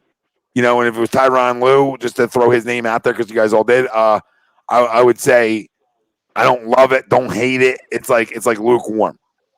You know what I mean? Like, I don't know. Like, you're with LeBron. Like, I don't know. Like, does that command respect from these players? I don't know. You know what I mean? There's only a few guys that I know come in and command the room. So I just want to command the room. I think Billy Donovan can command the room. So I'm not against him as not being a player. You know what I mean? He has enough history to command the room. He has rings, at the college level. So it's not like he hasn't won. You know what I mean? So can command the room. That's what it comes down to. Look at Larry Brown. Larry Brown was a guy who had a lot of success in college, and he commanded the room. It took him a long time to get his ring, but he was a guy that was able to come into the NBA, start to have some success, and he absolutely was well respected. I mean, I'm not calling Billy Donovan Larry Brown, but Larry Brown, it's a similar path in terms of, could he be a guy who could reach certain levels? Absolutely. And to your point about Mike D'Antoni, again, I go back to 5 stops as a head coach. I've seen nothing that tells me he's going to change his scheme to fit around Joel Embiid and a guy who doesn't typically fit his scheme. So, I mean, he's another one. Major red flags for me. Major. So Tom, you said your top name would be Cassell, correct? Sammy, yeah, I love Sammy. Greg, who would be your top name? Billy Donovan. Tori? Jimmy Butler. I knew that was coming too. I knew it was coming. I had a feeling. All would be different right now, Tor, if Jimmy was home. That one's gonna if Jimmy was. I don't know much about the coaches, like I said, so I gotta. That's a great need. We'll bring them back. Can you imagine? Sorry, go ahead, Chrome. No, go ahead. No, can you imagine for a second, right? Last year, and I'm not a Jimmy Butler guy. Let's preface that I'm not a Jimmy Butler guy. But if you decided that you were going to choose Jimmy Butler over Brett Brown, because obviously we know that decision was dumb right now, right? Jimmy's playing at a very high level, and we've moved on from Brett Brown. So, but if you would have kept Jimmy Butler and then not let Monty Williams walk, that might have been the better combo right there. Oh, well, without question. I totally agree with you on that, Gray. I can't. There's no question in that. I can't. You're 100% right. I just can't. I just don't know why the trade was made without a deal being in place. I just don't understand. I don't understand how that you give up assets that can play in this league for a guy on a rental deal without shoring up that he's coming back no matter what. You don't make the deal. You don't make the deal then. I'll even take it a step further, Tom. Even if you don't have the guarantee with the deal in place, Brett Brown had enough of a track record that hot seat should have been scorching. That if I'm going for Jimmy Butler, if it's one or the other, I'm re-signing the player and I'm moving on from head coach. That's what I'm saying. Like everyone should have known Brett Brown was going to be gone anyway. Yep. He was never going to be the guy to take this team to a championship. We all knew that. He was on the cliff last year. You know what I mean? Just waiting to get punched. I think 48 bounces saved his life somehow.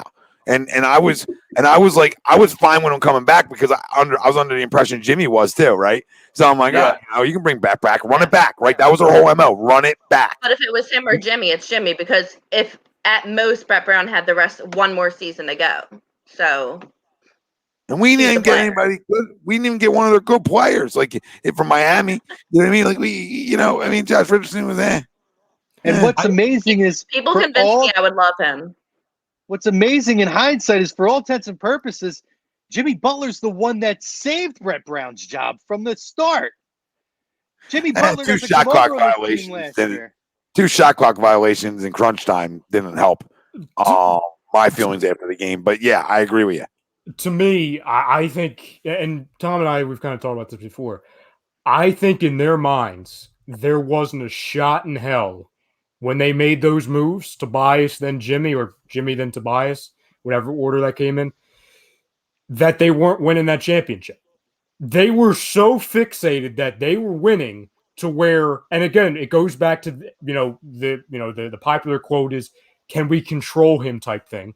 They were so convinced that when they won that title, that Jimmy was going to calm down because he won that title he's been chasing for so long. He's going to stay here because he's going to be with the organization. It was almost like and we knew they were jumping in the deep end when they made those moves, to Tom's point, because you're giving up so much and you're chancing so much based off of 1 year. They believed so much in their process, quote unquote, that them winning that title, or so they thought, was going to solve all their issues. It was going to take care of itself. What could have possibly been the issues right at that point, right? Like thinking this like out loud about it. Like, what could be the issues in 2.5 months? Like, how could so much go wrong, right? In like such a short period of time with a guy like how did we let that happen? Like, how do we let in a 2.5 month span or 3 or whatever months it was, because it wasn't a lot. how do we let so much go wrong?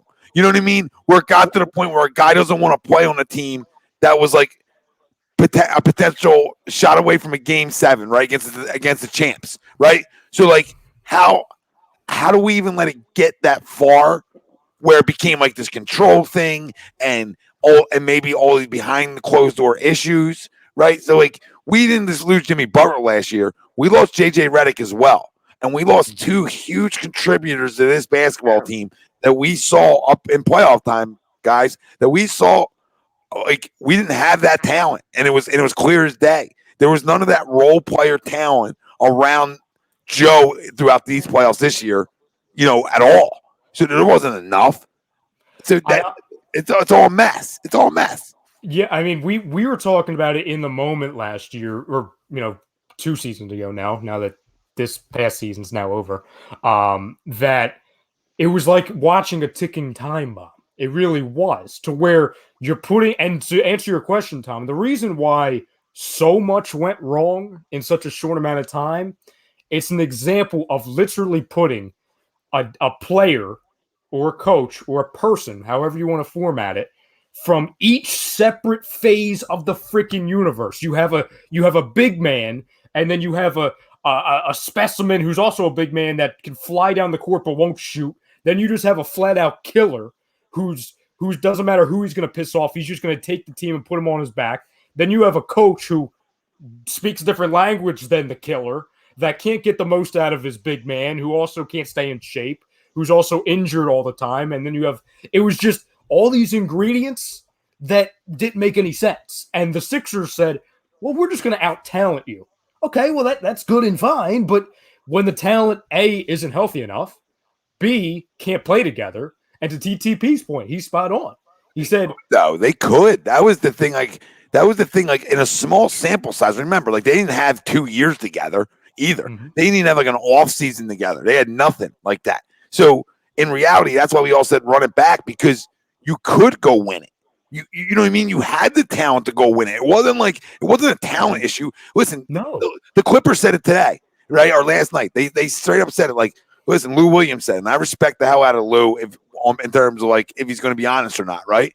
And the Wings told you all you need to know. But like the fact of the matter is, he said the chemistry, like Dory just said, like he said the chemistry just wasn't there yet, and that's something you can get better at in year 2. So like we all expected the win and all the excitement was the win, but in reality, that's hard to do, like with a whole new group like that, like how it happened, right? Like it was a whole new group in, and I think they played extremely well for the circumstances. You got bounced by the champs.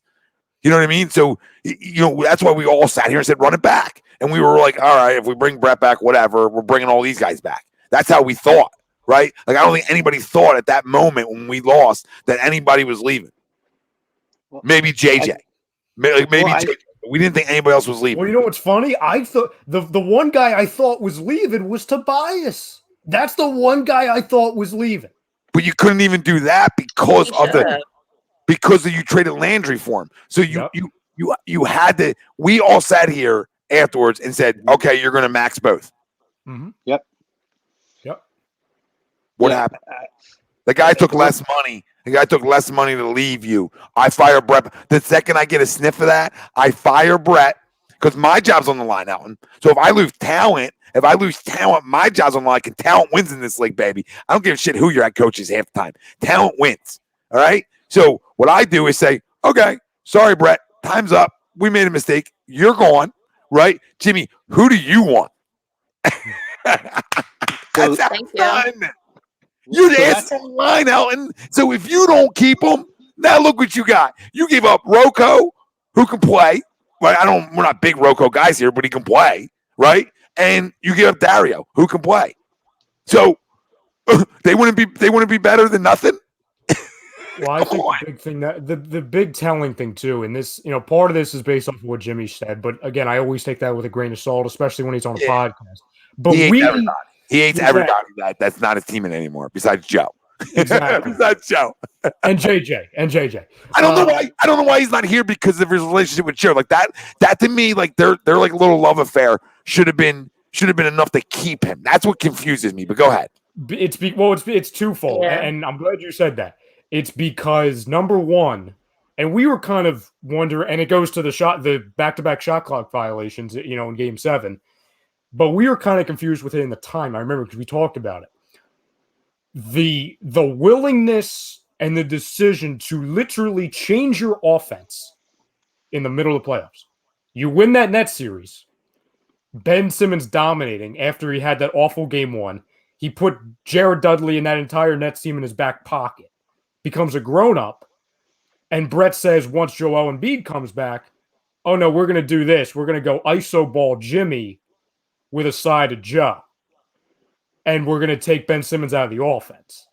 When Jimmy Butler, from the second he got there, he was asking, and this is why Brett and Jimmy didn't get along, according to Jimmy.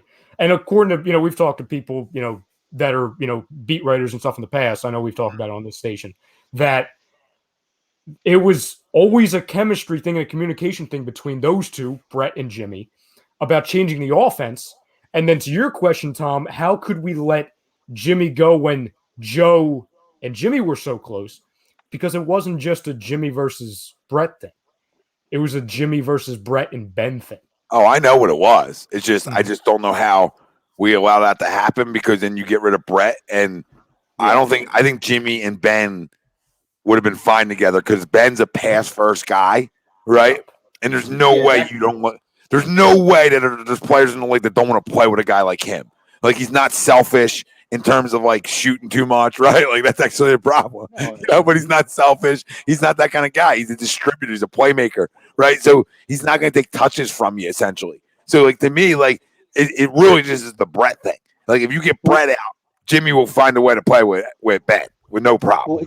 In terms of style, too, I mean, and I'm not putting him on those levels because he has a long way to go, clearly. But, maybe Ben with Jimmy Butler, maybe Ben's not LeBron. Maybe he's Magic Johnson. Maybe he's a guy who can put up 30 points for you, but he's going to put up 15 and 12 in assists and get you 6, 7, 8 steals. That's what we wanted, Chrome. That's what we expected. That's a Hall of Fame career. That's what I'm saying. Yep. That's a Hall of Fame career. So we didn't think we were getting Durant with left-handed, right? Like, we didn't think we were getting Durant left-handed. We didn't think we were getting Jordan, LeBron. Like, we thought maybe like a semi-version of LeBron, right? But just like, and he is in a way, just without the jumper. You know what I mean? Like, he is sort of. So you're right about that comparison. And then LeBron, he's like almost like a mixture, right? Yeah. Just without the shot yet. So it's like you can do all that scoring without a shot, like a little one.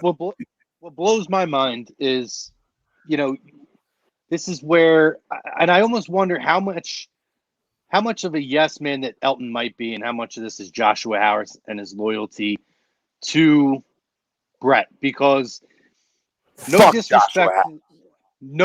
agree. No disrespect to the 2001 team. Anybody with a set of eyes, I don't care how good your vision is, 2020, 2010, whatever, can see that this is the most last year was the most talented team in the in this organization's history since the last NBA Finals championship. Without question, 50 years. Not even close. And the fact that you can look on the court and you can see that it doesn't matter who the fucking head coach is. We've had issue after issue with this head coach, but the talent on the court can go ahead and, despite all the issues between them, can get you within 15 bounces to get into a conference final, which I think they steamroll through the Milwaukee last year if they get through that final. Yeah, it's just absolutely. They win everything. Absolutely. They win everything. Yes. All right, real quick, guys. For a general manager not to recognize that's a disgrace, to still go ahead and go with the head coach instead of letting go of the actual ideal guy to go with Ben and Joel. Yeah, it's ridiculous. Okay, Phillies real quick. Right now, 6 in the 6th spot. Mark Murray, every one of those is correct. Yes. Correct. Now, like, hindsight being 2020. Correct. Jay says he was hitting jumpers in summer league. Yup, it's all like we don't get it. We won't understand until he finally does it. TTP says one of 3 things should have happened last year: Max, Jimmy, and Toby, and fire Brett. Yup, exactly. It's simple. It's absolutely simple. Matt Spills, is there a coach available that you can get Ben to shoot every single game? I don't know. That's on Ben. You know, Ben's got to decide to do that and be comfortable in his game to do that. I don't think there's a coach that's going to like get him to shoot. It's like, when are you ready to expand your game? Right. We've gotten to the point, and nobody's right. Like we've talked about, a few weeks ago, right? In the heat of when they were still playing and right afterwards. Nobody's trying to write off Ben yet. He's still a young player. Nobody's trying to write off any of the two big guys. Everybody else, kind of. Yeah, I agree. Yes. Not kind of, yes. Those two, no. We're still willing to figure out what they are. No. And the issue is you're in a rock and a hard place right now, Ryan, because the head coach should have had him doing that before he got the big contract. Especially given the relationship that those two had. Yeah, absolutely. I can't do it anymore. We got to move on to Phillies. All right. Prism, yes, I would do that deal. Now we're doing Sixers for another 2 hours. Yes, I do it. Phillies in the 6th spot, I believe, what I just looked at. So right now would make them in the dance if the season ended right now. So am I correct with that, right? 6? That's what the standing said. Yeah, I believe so. Okay, so 6. So, they were mid-game. It's just a matter of Yeah, like I don't know if anybody else is playing right now that's important. So I don't think so. Right now 6. They have. I'll tell you right now who they have in front of them. They're now in the 7th spot. Did they drop one? So they're out now. Yeah. No, I still got them 6. I'm on the MLB app, which updates the games as they happened today, and they are in the 7th spot under the Cardinals at 6. What's the Cardinals record on there? 26 and 26. 21 and 22, but they played less games. No, you got a home. The Cardinals, bro. You got a homer shit because their percentage is 489. The Phillies is 500. The Phillies are above them. They're 500. I'm on the MLB app. They have. And I'm on ESPN's app. Okay. What's the record? 22 and 23. At first, is the record? Is the record 22 and 23? The Phillies are who? The Phillies or the Cardinals? No, Cardinals. 21 and 22. I know the percentage is different. They're 22 and 23. Are you okay? They played 2 today. They split with the Brewers. Oh, so they didn't update that then. I'm just telling you what I'm looking at. Yeah, they are 22 and 23. Oh, so they updated the divisional ones. They did not update the postseason part of it. Okay, really? That's weird. It is very weird. I'm glad they did it on this one. ESPN's usually the one that's wrong, not MLB. Well, I mean MLB's wrong. They have half of it right. They don't have the other half right. So you got Miami a game and a half up in the spot up there, and then Cincinnati's a half a game behind us. San Fran's a half a game behind you. St. Louis is a half a game behind you, right? Milwaukee is a game and a half behind you. I mean, so you guys are winning. People right there. So real quick, we'll circle and we'll get our picks against the spread, and we'll wrap her up. So Phillies make the playoffs? Agree or disagree? The Phillies will make the playoffs. You agree or disagree? Go ahead, Greg. Disagree. I just don't think they're going to have enough. I just don't think they're going to have enough healthy pitchers and/or good pitchers to get through this stretch.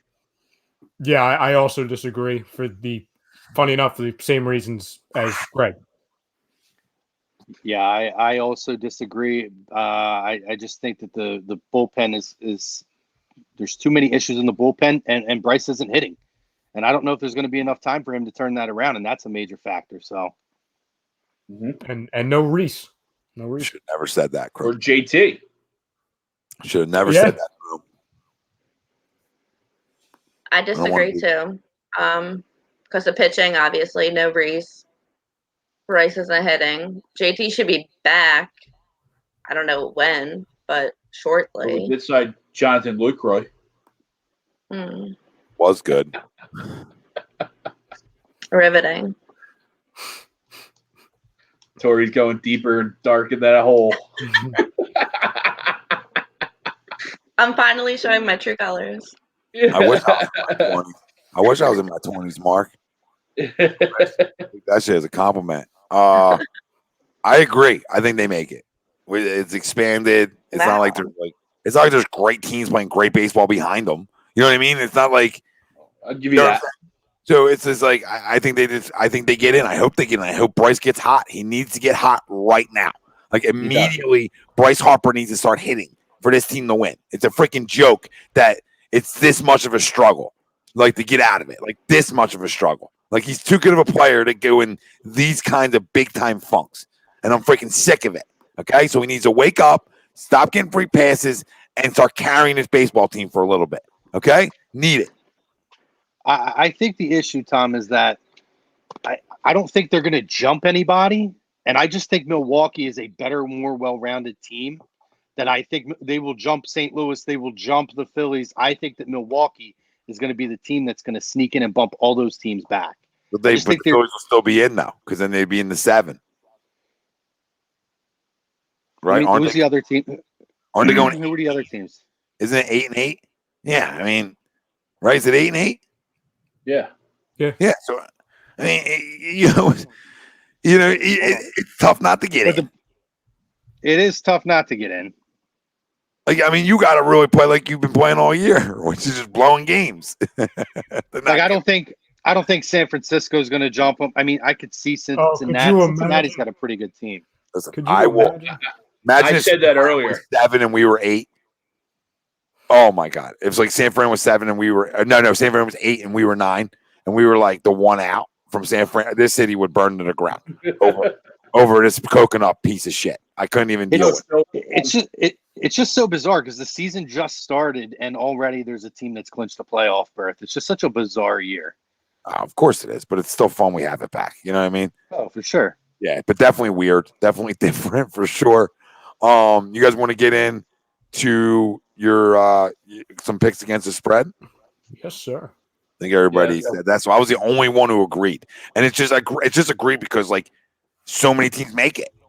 Like, you're in the 6 right now. You played bad baseball, and you're still in the 6. So if you play a little bit better baseball, maybe you can sneak in.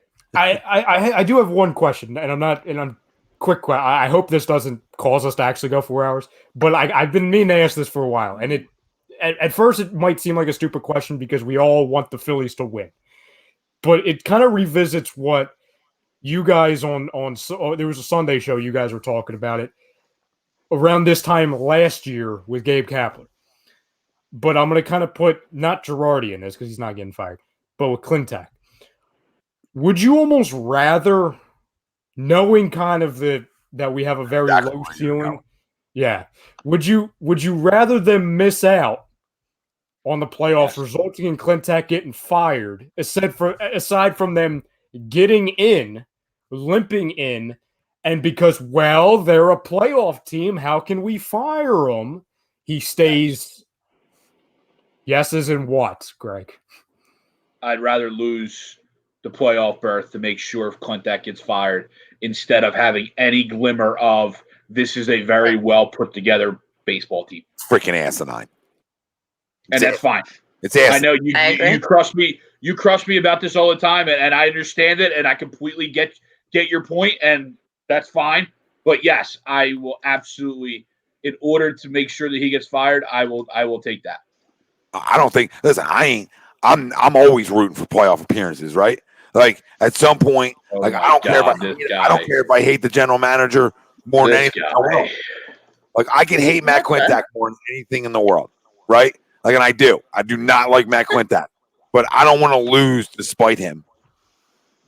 You know what I mean? Like I don't want to despite him. Like I mean, I want to win despite him. You know what I mean? Like I if we lose, we lose, and he gets fired, he gets fired. Sure, I don't even believe you to get fired after this year. So I don't think you're going to get your wish this year. So, you know what I mean? You understand? So I don't think you're even going to get your wish. So I'm always trying to win, man. I don't give a shit about some dork as my general manager, just like I don't give a shit about Howie Roseman. Like I just want to win. So if you don't do a good job, then you get fired. But I want to win despite you. Like the Eagles this year. I want to win despite Howie Roseman's mistakes. You know what I'm saying? And then maybe Jeffrey Lurie will realize, like, okay, send him back to the closet. Like I want to win for the Phillies, despite my feelings on Matt Klintak and Andy McPhail, all right? And despite my feelings on Uncle Cigars, okay? I want to win despite that stuff.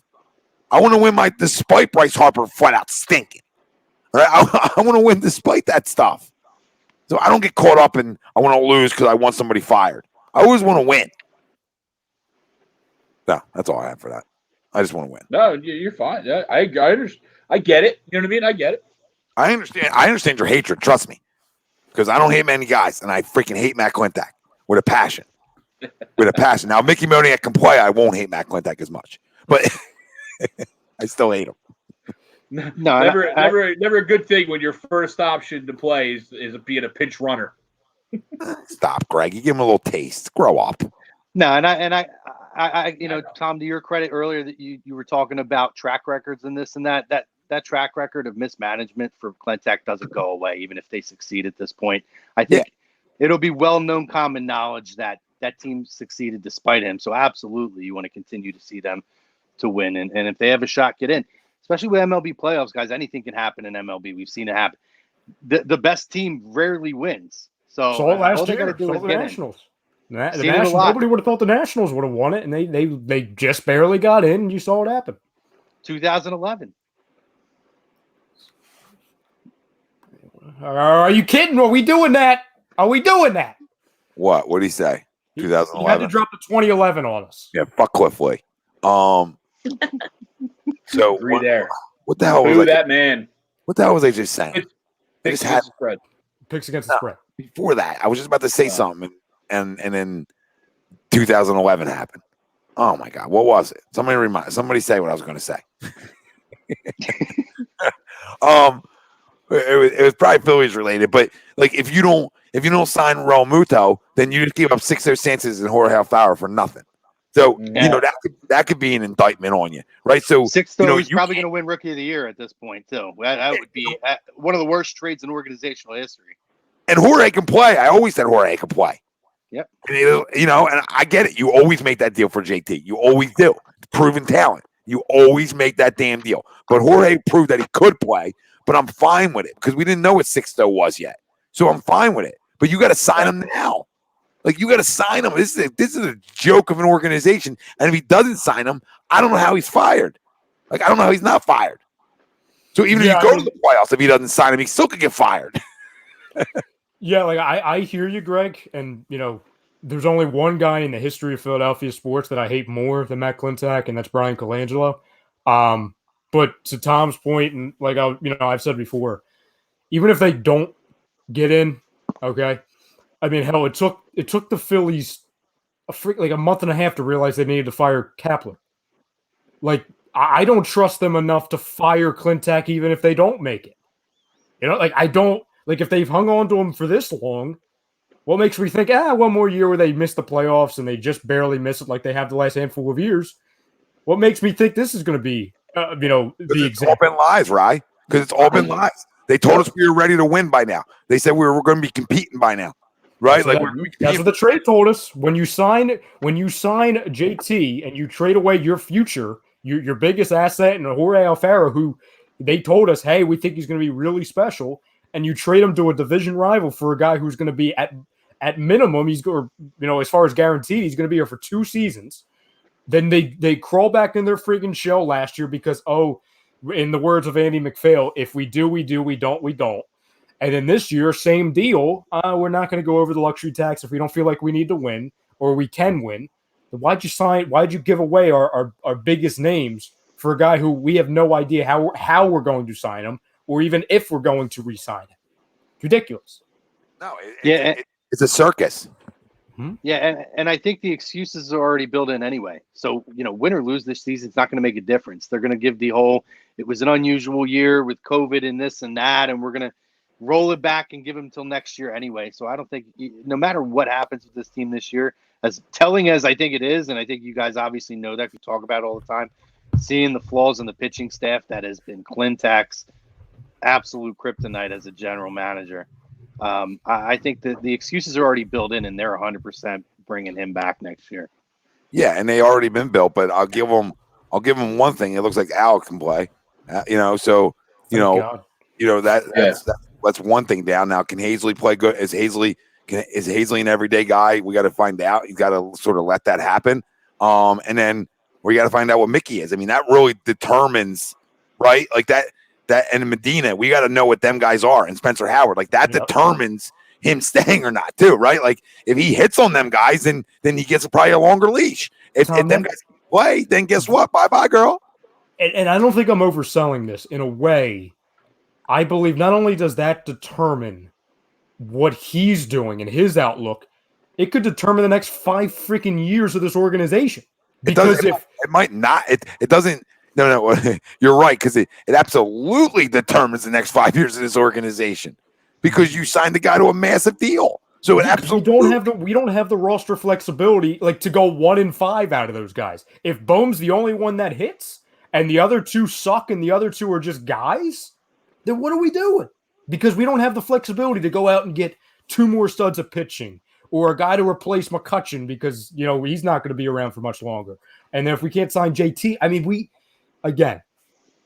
kind of like what the Eagles, like we talked about, to where we made moves to win this year, but then they follow up by saying, we don't need to win this year. It's a revolving circle of lies. That's all it is. Yeah, you promised us. You promised us you went for it in Harper, which was like a fake sell, right? Because are you really all in? Now you went for what we all, which I love, and I think we all love, because now you got your 1-2 on the bumps together, which is awesome.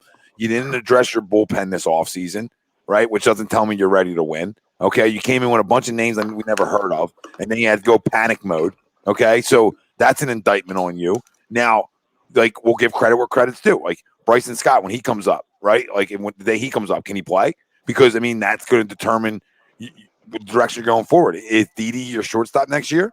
Are you going to bring Didi back on a deal who's played well? So I mean, you have a lot of question marks that are going to determine his fate. And with step one of determining his fate would be not making an 18 playoff. You know what I mean? With the essential talent and to go out and get Joe Girardi, like Matt Klintak, the only reason I'll give him a shot is that, okay, you did get rid of Kapler. So thank God you and you went for a baseball guy. So I'll give the organization credit for going to get the guy we wanted, right? I mean, that's the people that people all were talking about. It was almost like the Mark Jackson thing, right? It was like Joe Girardi, right? Like how Mark Jackson, a hot name. That was the same thing here. So they went and did it. So, I mean, I'll give credit for certain things, but there's indictments on this roster again. And it's like the Howie Roseman thing. Like, you do things well, but there's these indictments that I can't run from. I mean, it's how many years with the damn bullpen? How many damn years am I going to have guys I've never heard of? All right? Like, how many freaking years until you wake up? That's it. That's all I got. That's the bullpen is the equivalent to Howie's linebacker core. Absolutely no value put into it whatsoever. So let me just ask you guys, do you gut reaction, gut feeling, is JT Realmuto on this team next year? No. No. Yes. Yeah. Wow, shocking. Yeah. Just because I think they batter. He's got to. It's like the Jimmy Butler thing. Like you gave him assets. You don't think other people are going to want him more than us? I think so. As an outsider, I have to think that in the end, common sense will win out and they will pay this man the money that he deserves. He's still young. He's still the best catcher in the game right now. And they don't come easy. Everybody thought Gary Sanchez was going to be this great young catcher, and we've seen he's hitting 125 this year. You have no guarantees that you're going to be able to go out and hit on a young catcher. Gary can play. Gary can play. He can, but I mean, he's had his ups and downs over the last couple of years. I like Gary a lot. Of course. Yeah. I like his presence. But yeah, get a guy the caliber of a JT Realmuto who year in and year out gets the job done. It's so difficult. Absolutely. And Crum, you get both sides. And both sides too. I have to think that they recognize that. And you get the DH factor down the road, right, Cromer? So you get the DH factor down the road, which is going to stay. That's not going to go anywhere. So like 4 years down the road or 3 years down the road, you DH him, you Joe Mauer him. You know what I mean? And you get you still get life down the road from him. So it's a no fucking brainer. Okay, it's a no brainer. You don't give a freaking assets and not freaking lock guy up. This is Elton Brand type shit. Okay, so moving on to picks, try to win some people some money. All right, couple dollars, walk around with, another Amazon purchase because they don't have enough money. We'll stay in the division for a couple here. We'll go Falcons at Cowboys, Dallas -4. Whew.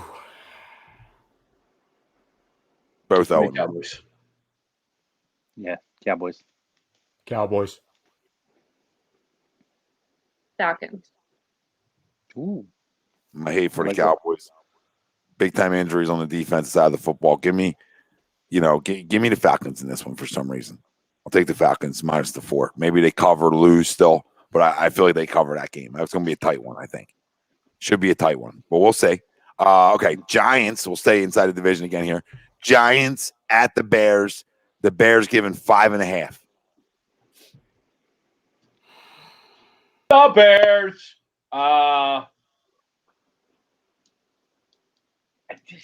I want to take that line wants me to take the Giants, but I didn't see anything from that offense that I think, especially the offensive line, that I think can handle the Chicago pass rush. And Pittsburgh did a really good job of shutting down Saquon and dominating that game. Give me the Bears. Agreed, Bears. Yeah, I'm also going Bears. Bears. I'll be the one guy. I'll go Giants. Just because everybody else went the other way. Somebody's got to do it. All right. We'll go outside the division here. Vikings at Colts. Both 0-1. Both expected to be good football teams. Colts are -3. So pretty much like a push because, not a push, an even bet, or essentially because it's the home team giving 3, right around where they should be. I'm going to need to see something out of that Colts defense. I mean, it was like I was freaking it was like I was almost a Colts fan the last couple of weeks saying, oh, they're going to win the division. Oh, their defense is so good. I mean, freaking Gardner Minshew ran them out of the building. I didn't. And Marlon Mack's hurt. Marlon Mack's out. I know they've got Is that long term? I think so. Yeah. You think he's done for the year, right? Yeah, I think that's IR. I think IR. At least he's missing this. What is it, Greg? That's tough. That's what I'm looking. Yeah, I think I'm pretty sure it's IR. No, season-ending Achilles. Yeah, I'm going Vikings here. Vikings. I got to go same Vikings. I like Jonathan Taylor a lot, but in Indy. Give me the Colts. You'd have to think they'd do a better job of getting T.Y. Hilton involved in the game plan and getting him involved in the offense. Give me the Colts. Yeah, chemistry reasons. Offensively, I could see some issues with the Colts with a new quarterback. Everything going on there. Phillip Rivers being Phillip Rivers in that second half. He just throws a dead football. The football's dead. Talk about a guy that always been a guy that when the bottom fell out on him, it fell out real quick. Fell right off a cliff. Give me the Vikings. All right, let's go. Patriots at Seahawks. Seahawks -3.5. Oh, I'm going Seahawks. I'm going Seahawks on this. I think Russell Wilson's going to win the MVP this year. Seattle. I'm thinking Seattle. I'm going last. I'll go last. I need to hear the room. This is tough. I think the Seahawks are going to win the Super Bowl. That was my prediction. But they got to lose something, and I think Cam's got the momentum, and I'm a big Cam fan, so I'm going to say Patriots. Here we go. The Cam gave the Patriots faithful a little bit of hope this week, and now they're going to start picking every week now. I am not the faithful. Well, that's all right. That Seattle defense is going to bring him back down to reality. Russell Wilson. What's Seattle defense? They're all gone. Seattle might think there's much there, though. I think Seattle might roll them. Absolutely put a ton of points up. Seattle might roll them Sunday, by the way. Seattle could roll them. I agree with the offense. I'm going Seahawks, but I wouldn't hang your hat on their defense. I mean, I understand they've got Jamal Adams, and they've got Wagner, but they're not the defense of old. If they're winning, it's because of Russell Wilson and Carson. Yeah, but I don't have faith in the Patriots offense. I think that what we saw this week was I know. Certain people. What happened? No. I'm saying what happened after they torched your Dolphins. I mean, geez. I know. I picked the Dolphins to make the playoffs and win a freaking playoff game. So I heard. No surprise here. I was there. I know. We're aware. We heard that tape. We got that tape. Certain things I can't forget, even if I want to forget. That's right. Hey, it's a hot take for a reason. Listen, I'm not saying I think Cam's going to have a good year this year, but I think that was week one for me I think as the season goes on, there's a lot of weapons missing on both sides of the football for that football team. I think Cam's going to have a really uphill battle. I think Seattle's a really tough team to go up against coming right off of that win. And I just think that Russell Wilson's going to take over this game. Give me the Patriots in the hook. I knew that was coming. I knew. Seattle going to stop. Greg, we're always on the same team. Let's Because go. we're the smart ones of the group. Let's go Monday night.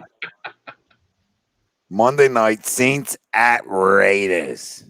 The Raiders. Raiders dog. Raiders are home dog getting 6. Give me the Raiders. In the Roomba. Yeah, I home dog it near touchdown. Yep, give me the Raiders. Absolutely same here. Give me the Raiders. Saints by like 30. What are we doing? The Raiders? The Raiders? What? Weston's, I went Raiders I bet the Raiders and I went suicide pool Raiders week 1. You're dying on Raider Hill. I'm gonna tell you something. Their defense is pretty good. It's young. They got a lot of young, good players on that defense. They really do. They're underrated. I'm not Mr. Derek Carr, but they got a good run game. They got speed. They got speed out on the outside. They can do some things. I think they're coached well. But I think bigger is that New Orleans just won a big game, right? Like an emotional game against a team that's expected to like contend for a Super Bowl, right? And that's an emotional game sometimes. And the Raiders are open. Michael Thomas is out. Yeah, and the Raiders and Michael Thomas is out, and the Raiders are opening up the new building.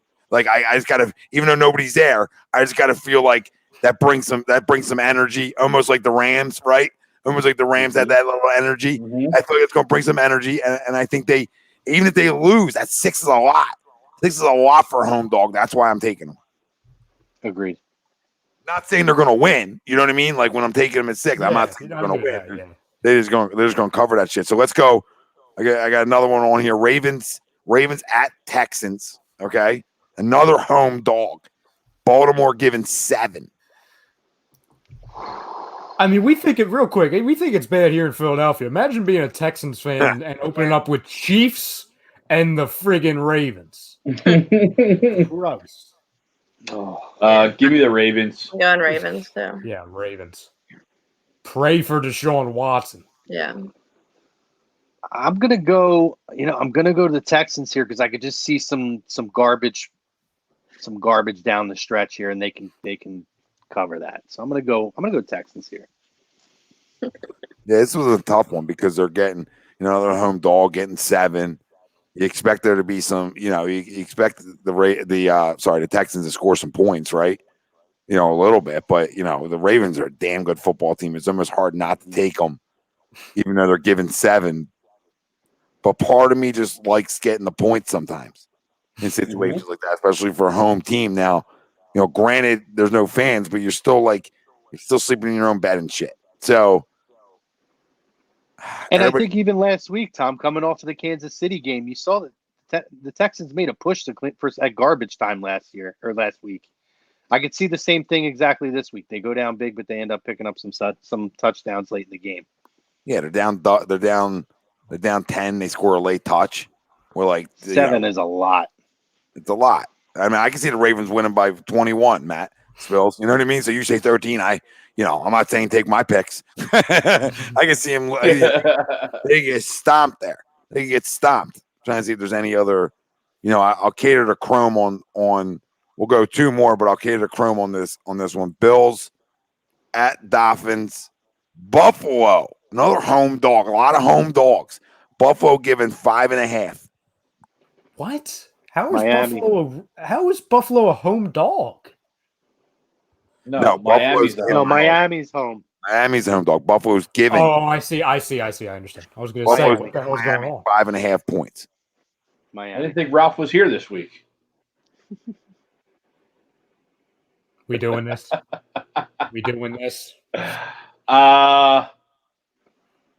Miami's going to win this game outright. We got an outright stamp. Yeah, I'm going whatever the opposite of that is. Whatever the opposite of that prediction is, I'm going. Give me the Bills. Yeah, I'm going to go Bills too. Yeah, this home dog I'm not buying into. Oh, that's all right. I'll sit on my island. Buffalo's just a way better football team, So I'm gonna go Bills. I'm gonna go Bills easy in this game. Comfortable, easy money for you. Mark Murray's going with a thriller, 17-6. Sunday night thriller. We would take that. Are they the Sunday night game? Oh no. I would certainly hope not. Patriots at Seahawks Sunday night. Saints at Raiders Monday night. What about tomorrow night's game? Tomorrow night's game. Bengals Browns. We didn't do that one. That is Bengals Browns. Right, we can do that one real quick. Bengals Browns. Who and who? Cleveland giving Bengals at Browns. Sorry. Cleveland giving Cincinnati. Right, Cleveland is giving Cincinnati 6 points. Cleveland's the home team.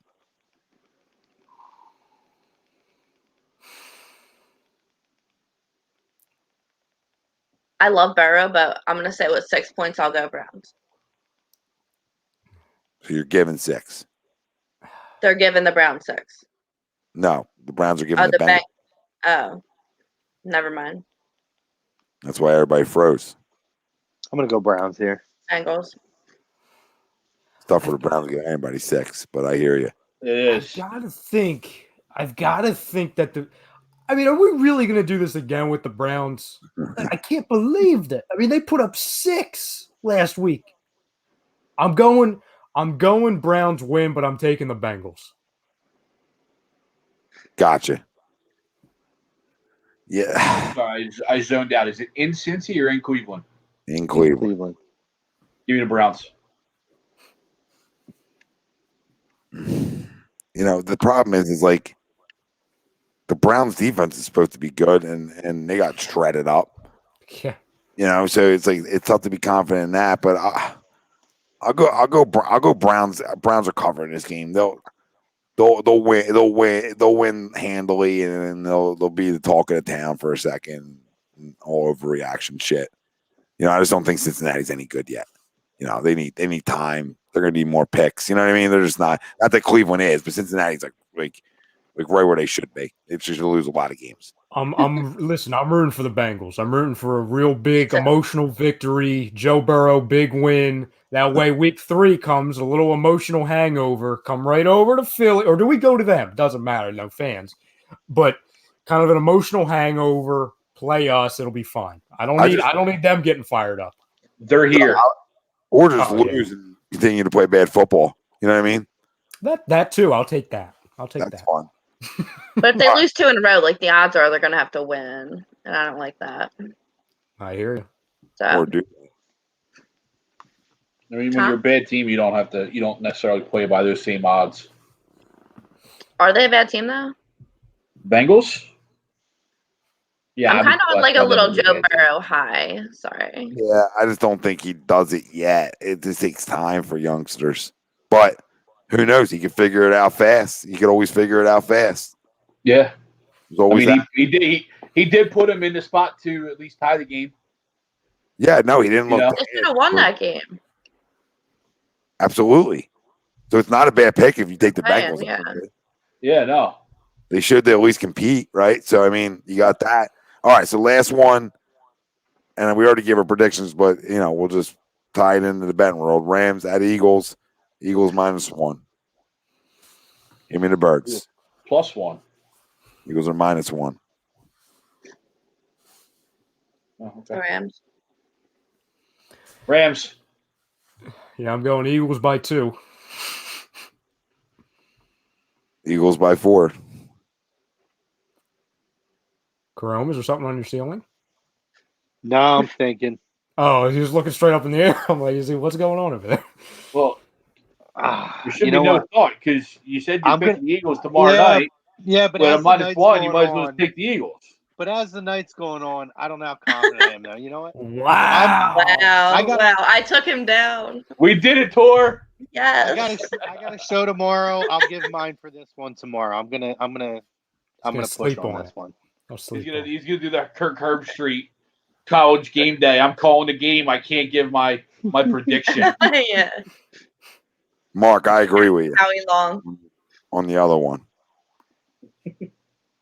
I agree with that. I would love the 24-3. That would be glorious.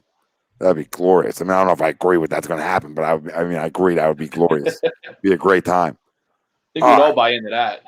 I think we did a show longer than the freaking dial does. You know what I mean? We did no commercials either. No commercials. No commercials, just a 4-piece almost. So, ton of fun, everybody. Got a lot in. We covered all. I'm gonna sleep really good tonight. Yeah. Same. Should be like an infant tonight. Oh So God, it's 1 a.m. we love everybody that chimed in and joined us This tonight. is A2D After Dark. After dark, we didn't even get aggressive after dark either, besides some yelling. Get your QB Factory shirts, PhillyDrinkers.com, /A2D radio. You get everything you need. Everything you need. Get your gear.